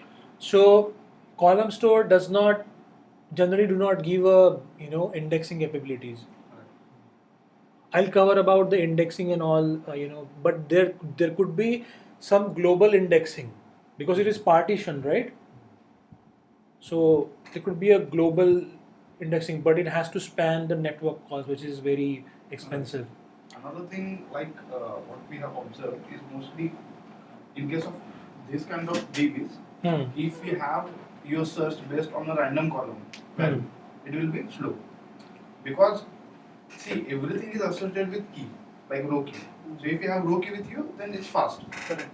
But if you have a random value which is of any of the column, then you have to scan all the rows in order to take it. Correct. So that's Yeah. that's one thing. Unless you have index, then that is Yeah. like another different files and all. Yeah. Yeah. So when RDBMS came, they know the trade-off. Right. But the problem with this is, once you have column store, you cannot go back and have good OLTP so you can have a row store, and you can have a OLAP by adding an additional indexes, right? Correct. Okay, trade-off. Okay, so that is why we have a 20 or 30 years of only RDBMS era. It's more usable to have, can get things done. Okay. Yeah, so this is Cassandra, and this is the most robust NoSQL widely adopted database. Okay, Netflix has about 2,500, as it is mentioned on their site, Cassandra site, 2,500 nodes across the very continents. Apple has 75,000 nodes. And Netflix has Two, 2,500. they have 75,000. 75,000, Apple has it. Okay. Okay. Okay, so all of the data which you see in marketplace, all of the thing and user and all across all the continents, they are hosted on Cassandra. They cannot trust any other database. They only depend on Cassandra. Okay, so yeah, so I talked about the partitioning thing, right? So this is the partition, like one row is stored, could be stored on this thing depending upon the partition. Okay, so consider an example of a transaction table. What does it have? Different users, timestamp, different products, right? Or if the other user, if it's a user to user transaction, right, and things like that. Okay, so what we discussed in this while we started NoSQL is, don't try to solve all the problems, but very specific ones, right? And data denormalization. Okay, so this is important. So you cannot get all the things which you want to, just luckily start with SQL and as and when goes need and this thing. So this doesn't happen. You have to think very deep before you actually create a table. Right. What are your write patterns? What are your read patterns? Okay, and accordingly you have to do a denormalization. Suppose your need today is to get all the transaction for a user. Okay, user ID could be a partition key, and then against a particular partition there is a table which shows all the transaction against the user. But tomorrow you have to see all the transaction given on a single day. So what you do here, creating a index on that table, the user ID and all, would be a bad practice here, because it has to spawn across all the these things, nodes and all. It will be a very expensive. Okay, so what you do is you create a different table. Okay, and now the partition key is the day, and then all the records which you needed to get the report. So data duplication, depending upon your query read patterns. Okay, so this is called as hash partitioning or random partitioning or vnode partitioning or this thing. Okay, and this is the difference between Cassandra and the next database we're going to see, which is HBase. HBase does the range partitioning. Okay, and yeah, so they're similar, like, so this is one cluster, one ring. You can have, there is no number of things. Like, one thing about Cassandra is it scales linearly. No other database scales linearly. If you have one node, you will get 10,000 transactions. If you have two nodes, you will definitely get 20,000 transactions. If you have three nodes, you will definitely get 29,000 transactions. Little here and there. Okay. If you have four nodes, you will definitely get in a linear fashion, so on and so forth. Okay. And one thing which I like to show is, like, the driver, because this is masterless. Everyone can take write, everything can take read. So what if read comes to this and it doesn't have? It will talk to other. Do you have it? Do you have it? So it will take three calls. Whichever comes fast, it will return. Okay. What if the write comes to it, but it doesn't fit into its range hash. It will forward to other. You take it. You replicate it, and then let me get the client acknowledgement back. If you want to avoid that, the data stack which company which kind of built their solution on top of Cassandra, and they also provide support and all, because Apache Cassandra is like a open source and all, Right. but there is a company data stack which built upon this and provides supports. They kind of in the Java driver of them or any other driver of Cassandra, driver is smart or can be choose to be smart to know this hashing function. Okay, so every other application connects have a connection like 20 connection to all of these nodes, but when the request comes, okay, which is also always have a partition key, it will automatically redirect to only that. Okay, it will not redirect to this so that it does have to talk in, so it can cost a extra network span to avoid that. Okay, in the distributed system, that's the thing, right? Okay, or it can be choose randomly, it can be choose anything, so there are different strategies you can use at the driver level itself. So it's so, and similar you can do a cluster, you can do intra DC. So this is intra DC, inter DC, different data centers. So each one of them can have their main number of nodes, but they can choose to replicate the data they want across the cluster. So Netflix, like I log into account. Like, how do I do it? Okay, so having one more node, more than one node gives you failure in that cluster. Okay, but what if whole Amazon region goes down? You have a different clusters. Okay, and to have the very local latency, you have intra DC over the continents. So failure at machine level, cluster level, continent level. Okay, and it is why it is supported by database. So suppose Asia goes down, all the Chinese people like to see their whatever serial, so it will automatically be redirected to Eastern Europe or Australia, right? Although they will not be facing, I mean, their app will not be facing Cassandra directly. There will be a layer before that which will be doing it, but that just to kind of get a sense of it. Yeah.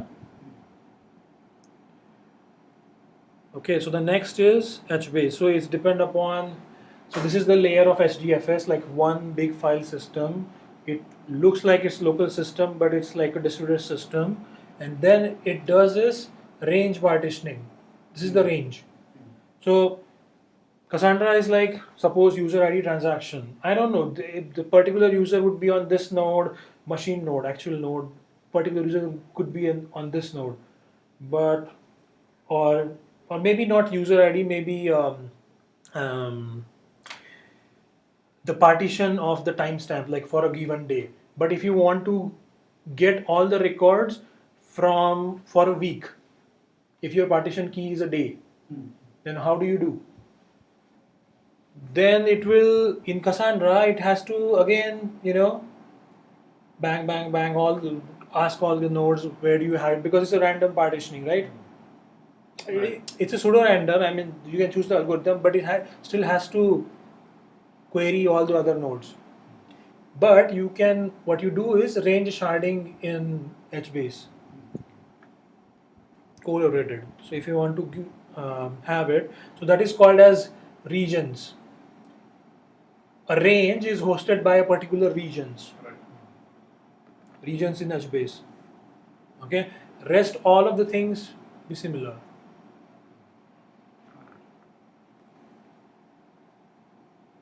Yeah.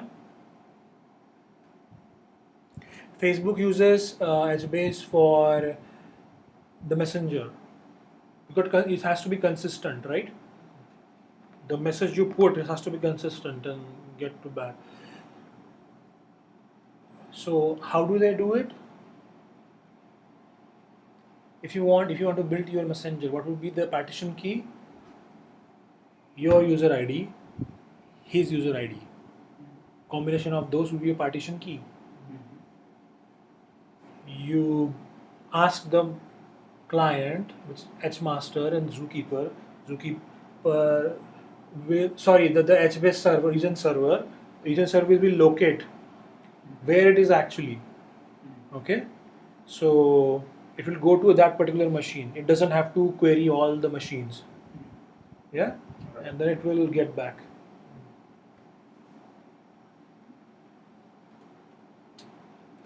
Yeah. Okay. The third one is a document database. Okay, so document database and the graph database is very close to relational databases because graph databases are one step ahead. Documents database is one step, before the RDBMS. All of these does not support join, of course. HBase and these, and we have very very restrictive query, just like insert put delete on a particular thing, and nothing fancy. Document databases, against a key there is a whole document, which that document could be really complex. The hierarchy of key value, it could be a key inside it's an array. Inside array there is a object which also has the array and so on. The only problem, not problem, the restriction is each document could be a 16 MB in case of MongoDB. 16 MB, yeah. Okay, if you want to go past beyond that, spread across the document, or use GridFS. GridFS is the thing which lets you allocate more MBs of data. Okay, so how do we visualize that? So orders, customers, order lines. So one-to-many relationship have been denormalized. Okay, but so that is why it is the most simple database to work with for developer productivity. You don't have to think much of the things, like if you want to have a query read pattern, just denormalize it. Okay, and it is schemaless by default. You can choose to have a schema on MongoDB, but that's not the restrictions. You can accept anything. Yeah, and again, it supports very complex indexing. It can complex into an array of this field. It can index on a particular customer name. It can have a compound index. It can have a text search index, and so on. Okay. Regarding the I mentioned the point to denormalize the one-to-many relationship, but do not do one-to-many relationship which are unbounded, like transaction. User is doing the transaction every time, right? Have the transaction in a different table. Okay, because the maximum size is 16 MB. Okay, and that 16 MB you have to abide by at least for next 5 or 10 years. Okay, so see the data growth pattern. If it is ever increasing and unbounded, have it in a different collection. What is called as table in RDBMS is called as collection in MongoDB. Okay, then indexing, it has its own JSON query structure. Yeah, and the way it scales is different than what we discussed earlier, like key value and dynamo design and big table design. It's relatively chaos to maintain that, as kind of commented out by many DevOps teams. But over the period, they have kind of able to manage that. So this particular thing is your replica set. One is master all the slaves, one is master all the slaves, and they could be sharded. Like for example, user. Okay, so my million user, few million goes to this, and rest of the evenly spread it, and all the other data accordingly. Okay, then this thing is Mongoose. So Mongoose is a just like we have a name node, right? Okay. We have a Mongoose here. Hmm. Okay, so Mongoose are it looks at the config, Mhm. which is nothing but a sharding information, Mhm. and redirect that thing to a particular shard to execute that query. Right. Basically, DB adapter sort of thing. Huh? DB adapter. It's a query router. Okay. It's query router. Query engine. Shard locator, you can say. Hmm. Shard Right. locator. Okay. I'm not sure. Does it have a I don't think it has a capability in the Mongoose driver itself. It might, but I haven't used it. Just like Cassandra driver is showing, but depend upon the hash, it can directly goes to that particular shard directly. I don't know it has this capability or not. But I think if you have it, then if you don't have it, then it has to go through the Mongoose. It's one extra hop. Okay. Of all the NoSQL databases, is the least scalable, but more productive. Okay. Sorry, least scalable is would be graph, but up to the range of this thing. The graph database is all about relationship. So if your application has more than 4 and 5 relationships, consider graph. Because it's very natural. What you're saying, what you're telling is your database and schema is all about relationships. And graph database knows how to maintain relationship, unlike humans. Okay. So it has all. So again, what's the data model? Nodes are different. Physical layout. This particular relationship is different. Okay. So this relationship also can have multiple fields. So there are nodes, there are edges. That's the only two things, right? Right. Nodes and edges and nodes and edges, and they are interconnected. Right. So in order to make the query, graph query, for example, Neo4j, which we have used in one of our projects, is like cipher query. It's more richer than SQL. It's more complex than SQL, and it's more powerful than SQL. Okay, so in one query, you can traverse any of the node, take any of the action on the node you traversed. Action could be insert, update, delete, or addition of attributes, and you can still maintain a transaction. Okay, it's not. It's very hard to have this thing in SQL. SQL has something called as common table expression. Okay, I'm not going into that, but common table expression let you do the recursive query. Okay, but that's like a very, I mean, if you compare with the cipher query, it's going to be very convoluted way of doing it. And every node has a key value property. Every edge has a key value property. Okay, so you can have anything you want. Okay, but if you talk about Neo4j, it's master slave architecture. Okay, you can have only one machine. It can be only vertically scaled. Reads can be horizontally scaled by having more slaves, but master is going to be only one. It doesn't want support multi-master. Multi-master is where you have multiple master, like 2 masters and If one goes down. 8 slaves. But again, consistency have to be maintained across the thing. It won't have that. Okay, Right. but it's fast. compared to like RDBMS and all. So they had to define a distributed graph, right? So all of the things which I'm doing here is, which I'm showing here is open source.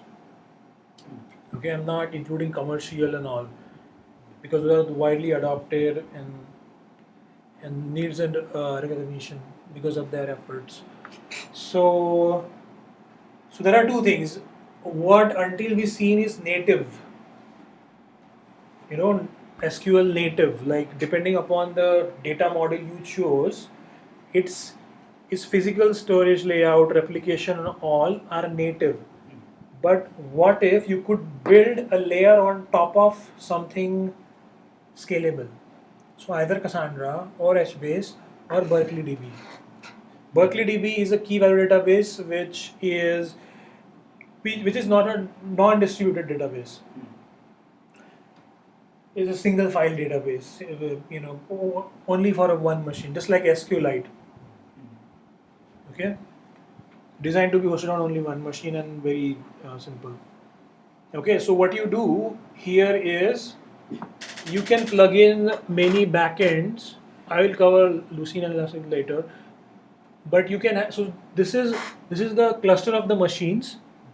This is another cluster where you have actual your engine, graph engine, and then you make.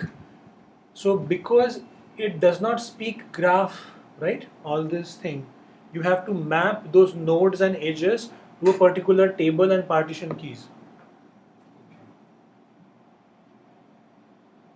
Okay, and then you can have a client API and application can use it as if it were a graph database, but internally you're using um, for scaling out storage, you are using Cassandra. So this you are using as a data store, but actual engine is here. These represents are just acting as a data store, distributed data structures, simply put. And on top of you have this business logic here to have that query thing. Okay, and so Cassandra is CA. Sorry, CP. AP. Sorry, Cassandra is AP. Partition. HBase is consistent and partition. CP. Berkeley DB is CA on a single machine. Okay. So because you have divided the concerns, you can opt for any of those things. So that is how you get around the cap theorem. Right.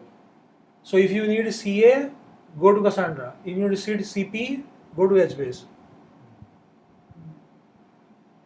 But this level remains the same. Yeah. You need both, then Berkeley DB is the only option. Yeah. Okay. So next property is, so we have seen like key value, this, the graph and all, but the most important thing is the search. Your Flipkart search or any e-commerce search. How does this search works?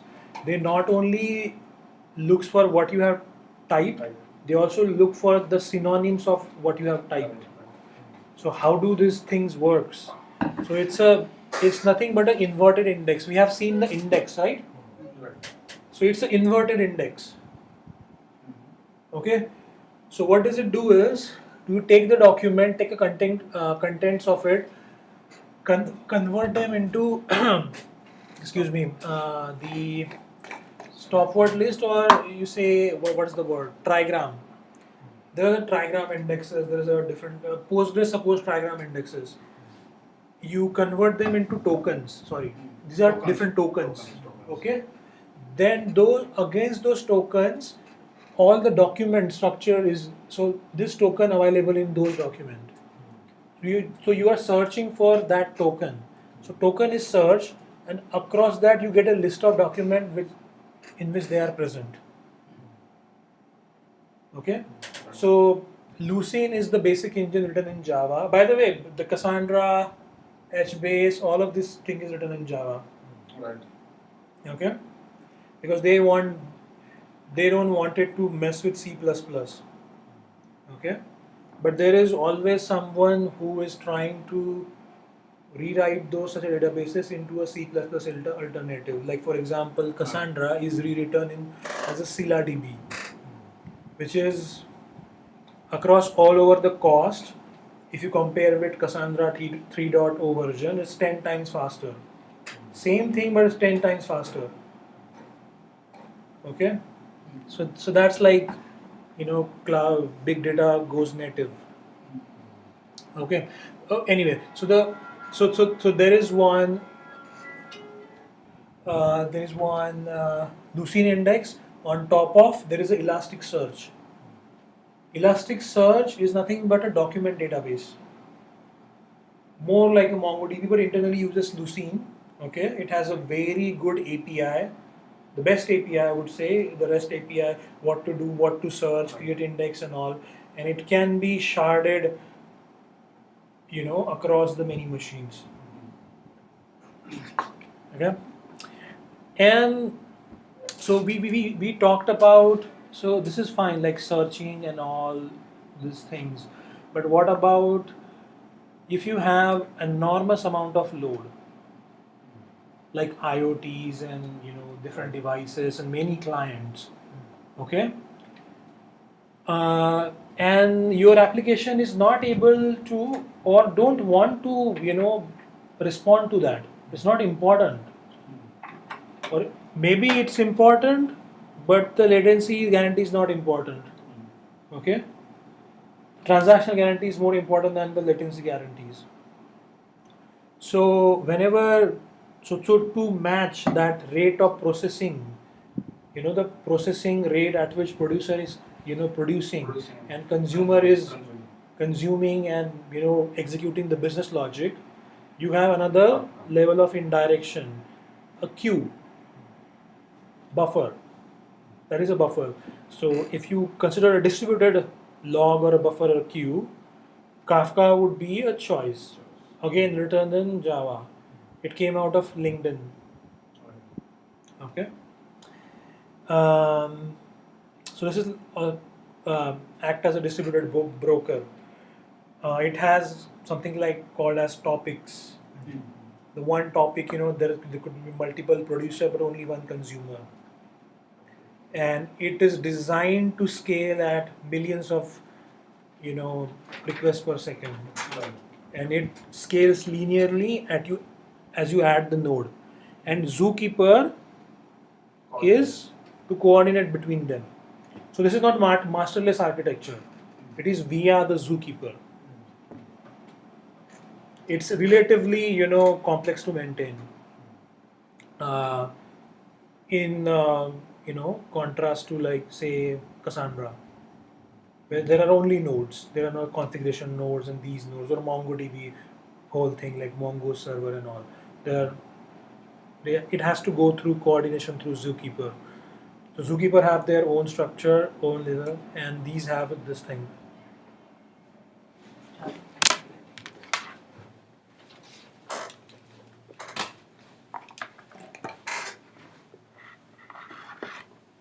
Okay.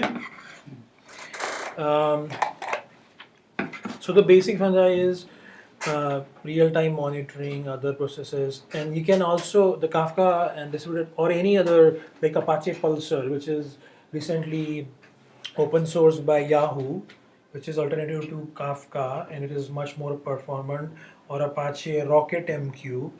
There are many of them. They are designed only for one purpose. It's like accept many things and forward it if someone asks for it. They have Kafka only have pull, like consumer only can pull, only producer can push. Okay, and they and consumer have to pull. But if you have a very real time architecture, right, everything is coming so fast and you have to scale, regardless of that, and you have to also reduce the complexity of the architecture, because in normal architecture what happens is you have a load balancer and you have a set of nodes, you add the node and it has to a simple request reply pattern, right? Request response pattern, but it's like a break the request response pattern, just persistent queue, like just submit the request, and we will call you back. Just like it's like a Hollywood principle. Don't call us, we will call you. Okay. Uh, so some of it we have seen in the Titan, but if you have multiple kind of uh, different data storages, right? Some things are good for key value databases. Some things are good for RDBMS. Some things are good for Cassandra-like structure or range sharding if you're doing HBase, or if you have only HDFS or any other distributed file system, and you are stuck with that decision with legacy application or not, right? So what do? You can't install any engine on top of that, right? You have to have engine which is hosted in another machine, which is logically and physically, of course, on top of this computation cycle. Okay. So back to SQL again. Then. Okay. So I mentioned that I was not talking about the complex. I was not a shortcoming of SQL, but SQL engine to have worked in a distributed fashion manner, right? But what if you want to do it? Because SQL is a very good choice. I mean, the abstraction it gives, and it is very. I mean, we have 30 years and many. It's more declarative. It's more relational. I mean, database and NoSQL is a one thing. But what if you want to have SQL capability anywhere? Okay.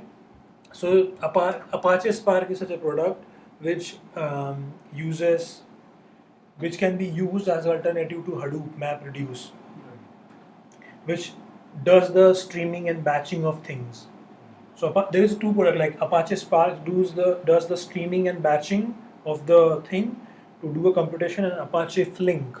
Apache Flink only does the streaming, continuous stream of data. Okay. So normally what we do is we fetch in the batch, we operate on that bare model and send it to the next stage. But what if it's a continuous stream? So for that Apache Flink is used and Apache Spark is used. So as you can see, there are multiple nodes of machines, physical machine. There is data storage layer, could be anything. Yeah, it could. So Apache Spark or Flink, this product can take any kind of input.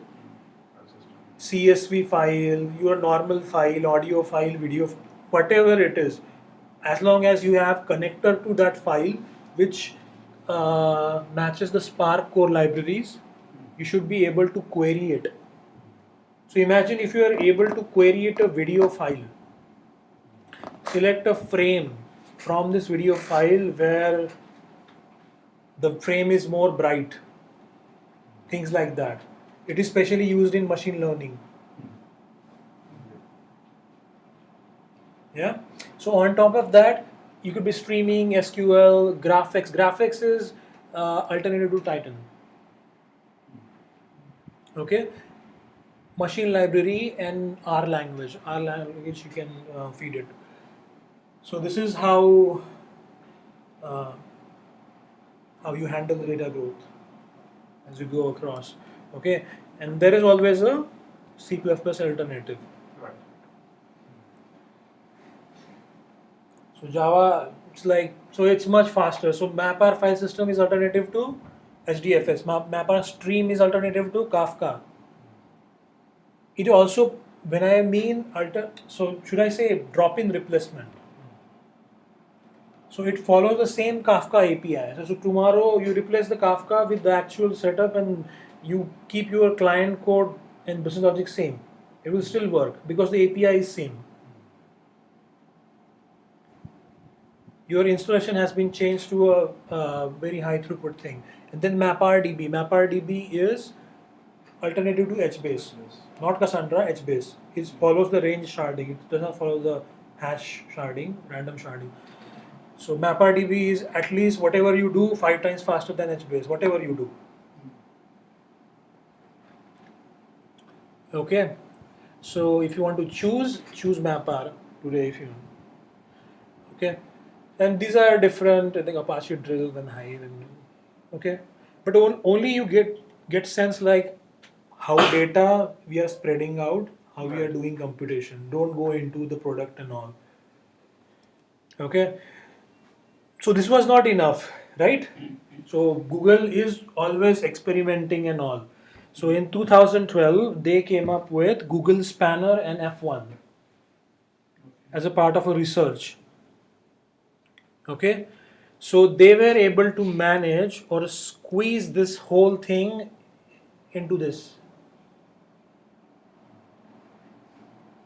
Yeah. Because see, if it is so important, right? Why not you can come up with the algorithm like it could be scalable, okay? And every people like go like what are we doing? But still, it is important. Even they came up with this new SQL and span across the multiple system. As we seen, key value databases and all, because they solve a certain problem, they have their own niche. Okay, and so this is the quote. So by the way, this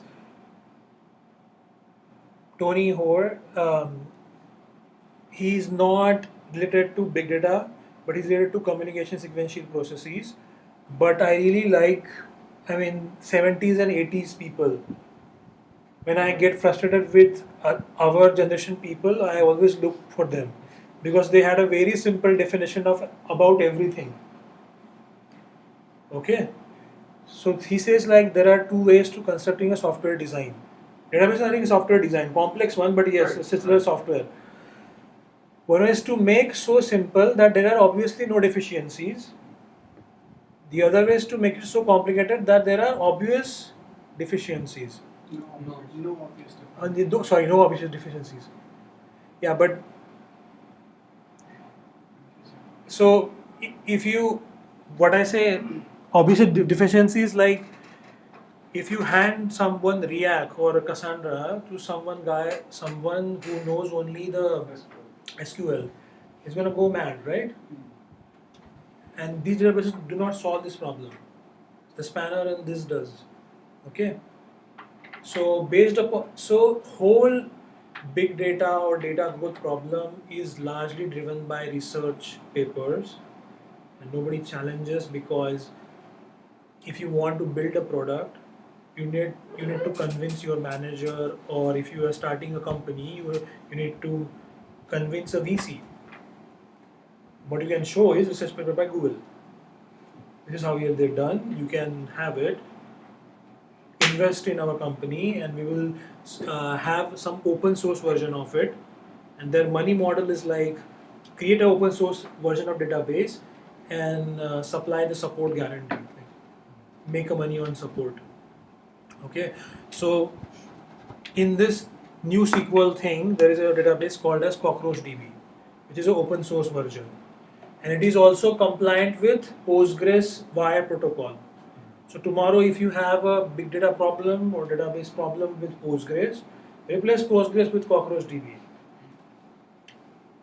It automatically scales, no problem, no code remains the same. However, as of now, CockroachDB did not catch up on all the features. Like it doesn't have a JSON field like Postgres has, and all the functional indexes and all those such a things. But it has many things. So it is built again upon the things which scales really well. What really scales well?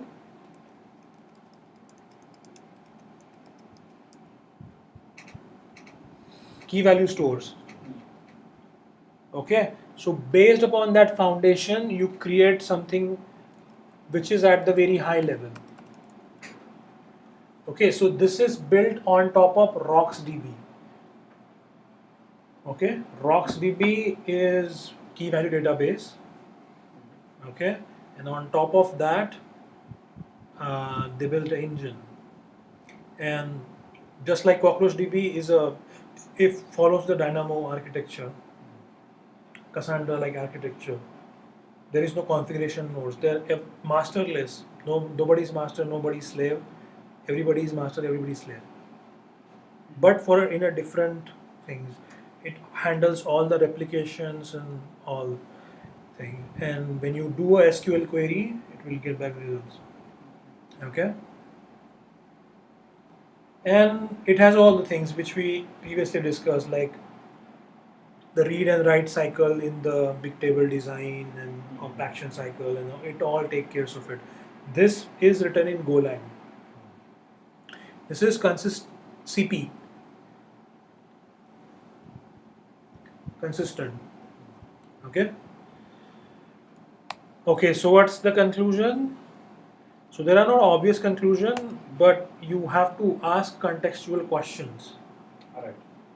Okay, so there are no like one. We always look for what is the consensus conclusion and all. Okay, so you have to ask this question: do you really can't afford hosting all of the data on a single machine? Like, have you maxed out your vertical limit or the financial limit to host it or not? Okay, so if you're not, I will still manage that hosted. You know, it's of a lesser complexity than maintaining the whole distributed thing. Okay. Second thing, is your data highly connected or independent? Means it's like a graph-like structure, very very many relationship, or it could be independent, or it could be denormalized depending upon your query read patterns. It could be easily denormalized and stuff like that. What is your primary workload? So list out all the REST services, for example, in your system, and ask the business like how many times this service is gonna be used, in what pattern they're gonna be used, and as a part of executing those those services, does it results into a OLTP kind of a thing or OLAP kind of a thing? Okay. Are your customer geographically distributed? Don't choose Cassandra if you only want to, if you're creating a software only for a service. That's an overkill, right? But someone might say that suppose in future we have an office in London, तब का तब देखेंगे. Okay. So, do you need to coordinate and scale business services without overwhelming primary data store? What do you mean by that? So even if you choose some of the NoSQL databases as primary data store, you still have operations which is in the business logic. Like for example, maintaining a transaction. Okay, sometimes distributed transaction takes so much of a thing. So why can't you use a simple Redis a distributed lock? So it won't overwhelm the underlying primary data store, even if you use using suppose say CockroachDB or Spanner. I'm not trying to say that they can't handle it, but there's some things if can't be handled by offloading it, you should do that, right? Or business services, like for example, there is a real-time counter of how many users are online. Maintain a simple counter in Redis, right? Why going into the primary database and persisting it? How much latency are you aiming for, and how much can you compromise on it? So this is actually comes into UX, and so sorry, everybody would say I have to have a least latency, right? But there are latency which is something you can't control over, like the as given by cloud. If cloud is your base latency given by cloud is like 100 or 200 milliseconds, or the region in which your customers have, right? The base latency is at least a 250 millisecond. You cannot control. You can control your product. You can't control the whole network, right? So, and how? So if 250 is already a base latency, right? Why are you bothering so much about having actual latency, computational latency of having 50 milliseconds? If it could be 100 milliseconds, it's only a 350 milliseconds, right? So there is no much difference than 300 milliseconds and 350 or 400 milliseconds. If your base latency is have some value, right? So think in those perspective. How much are you willing to spend on infrastructure cost, of course, right? I mean, this is all fancy and all, but how much are you willing to spend? Um, what's the skill competency level of dev team? Yeah, you can't put pressure on and directly do Cassandra, Netspace, and Hadoop.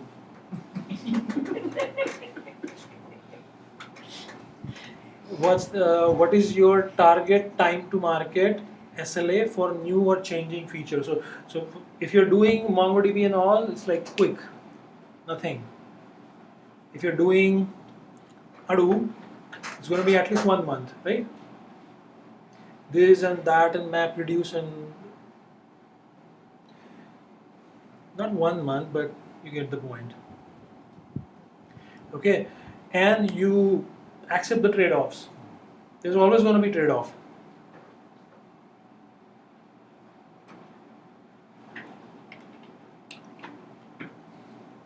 Yeah.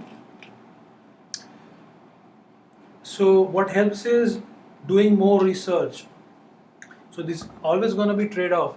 Like if you have very highly connected or relational data, or you have independent data, okay, where you have a complex query structure, you can manage the way you want. You always, so availability and consistency always gonna be inversely proportional. You achieve computation but at the cost of storage space. You achieve data encryption but at the cost of computation. Some databases or some application needs a very encrypted encryption at the file level and all, so that nobody can read it. But if you have encryption at the data file level, right, it's gonna cause overhead, yeah, while reading and writing and everything. Range sharding versus hash sharding. What kind of load you have? If you always look for greater than or equal to or between, go for HBase kind of thing or a MapRDB kind of thing, right? If you can manage with random partitioning or hash sharding, go with Cassandra. Can you do also always do a synchronous RPC, request response cycle and just get done? Or there is a continuous stream of things, like many devices are creating events and you have to update some dashboard, and so on the fly you have to build a chain of transformation, and that's only done by having it async and reactive by using Kafka and distributed buffers. Okay, batch processing versus stream processing, like batch processing like Hadoop. So Hadoop is like data as at rest. Then you are doing batch processing on it, and then you are converting, or stream processing like Apache Spark or Flink, right? Then either you have embedded computation engine like CockroachDB or Google Spanner, or you have a separate computation engine like Spark or the Apache Flink. Why? Because of the legacy reason, your data stores are different. You cannot have a control over it. Your architecture is just like that. Okay, so this is always going to be a trade-off. More than developer, this should be shown to the client, so that we don't end up, spending much time in meeting. And this is my recommendation. So if you're starting simply, just start with MongoDB. Walklist load doesn't matter much. It only provides ACID property at document level, but it's much manageable. Okay. But you should always, if you're starting now, you should always cockroach DB as a primary database, or it is compatible with Postgres, you can start with Postgres. If you need large OLTP and OLAP loads, OLTP and OLAP, both of them, then you go for ScyllaDB, which is, as I said, drop-in replacement for Cassandra. So all the features of Cassandra, plus they are 10 times faster. But you get a hash sharding. If you need in such a load range sharding, then go for MapRDB. Druid is a column data store, but it is much more optimized. We compare the row store and column store, right?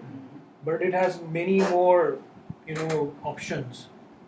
So if you like real time OLAP, so go for Druid. Okay. If you have very high connected data, so right now there is no good story for native graph distributed graph database. So what you do is Titan JNS graph on top of ScyllaDB. There is another D graph, but it's not widely as adopted. So JNS graph is by IBM, and on top of the ScyllaDB. We shown the Titan DB layer, right? It's the same thing. Then you can use Redis for short-lived data structures like counters and all these and caches. Apache Kafka or Apache Pulsar as a distributed queue or buffer. I haven't looked into Apache Rocket MQ, but that's also good. And if you're going for Hadoop platform, you know that it's gonna be very large platform. Prefer the MapR stack instead of Cloudera and don't prefer, just prefer the MapR. By the way, it is one single click away if you're using cloud solution. AWS already provide MapR and stack and all. You just have to subscribe to it, just like you spawn a EC2 instance. So yeah, so these are my conditions. So that's the end of it. Okay. Any questions? Any comments? Feedback are welcome. You'll be sharing this. Yeah, I'll be sharing this slide and the video and putting it into the meetup page. Yeah. Okay. Okay. Thank you for listening. Thanks very much.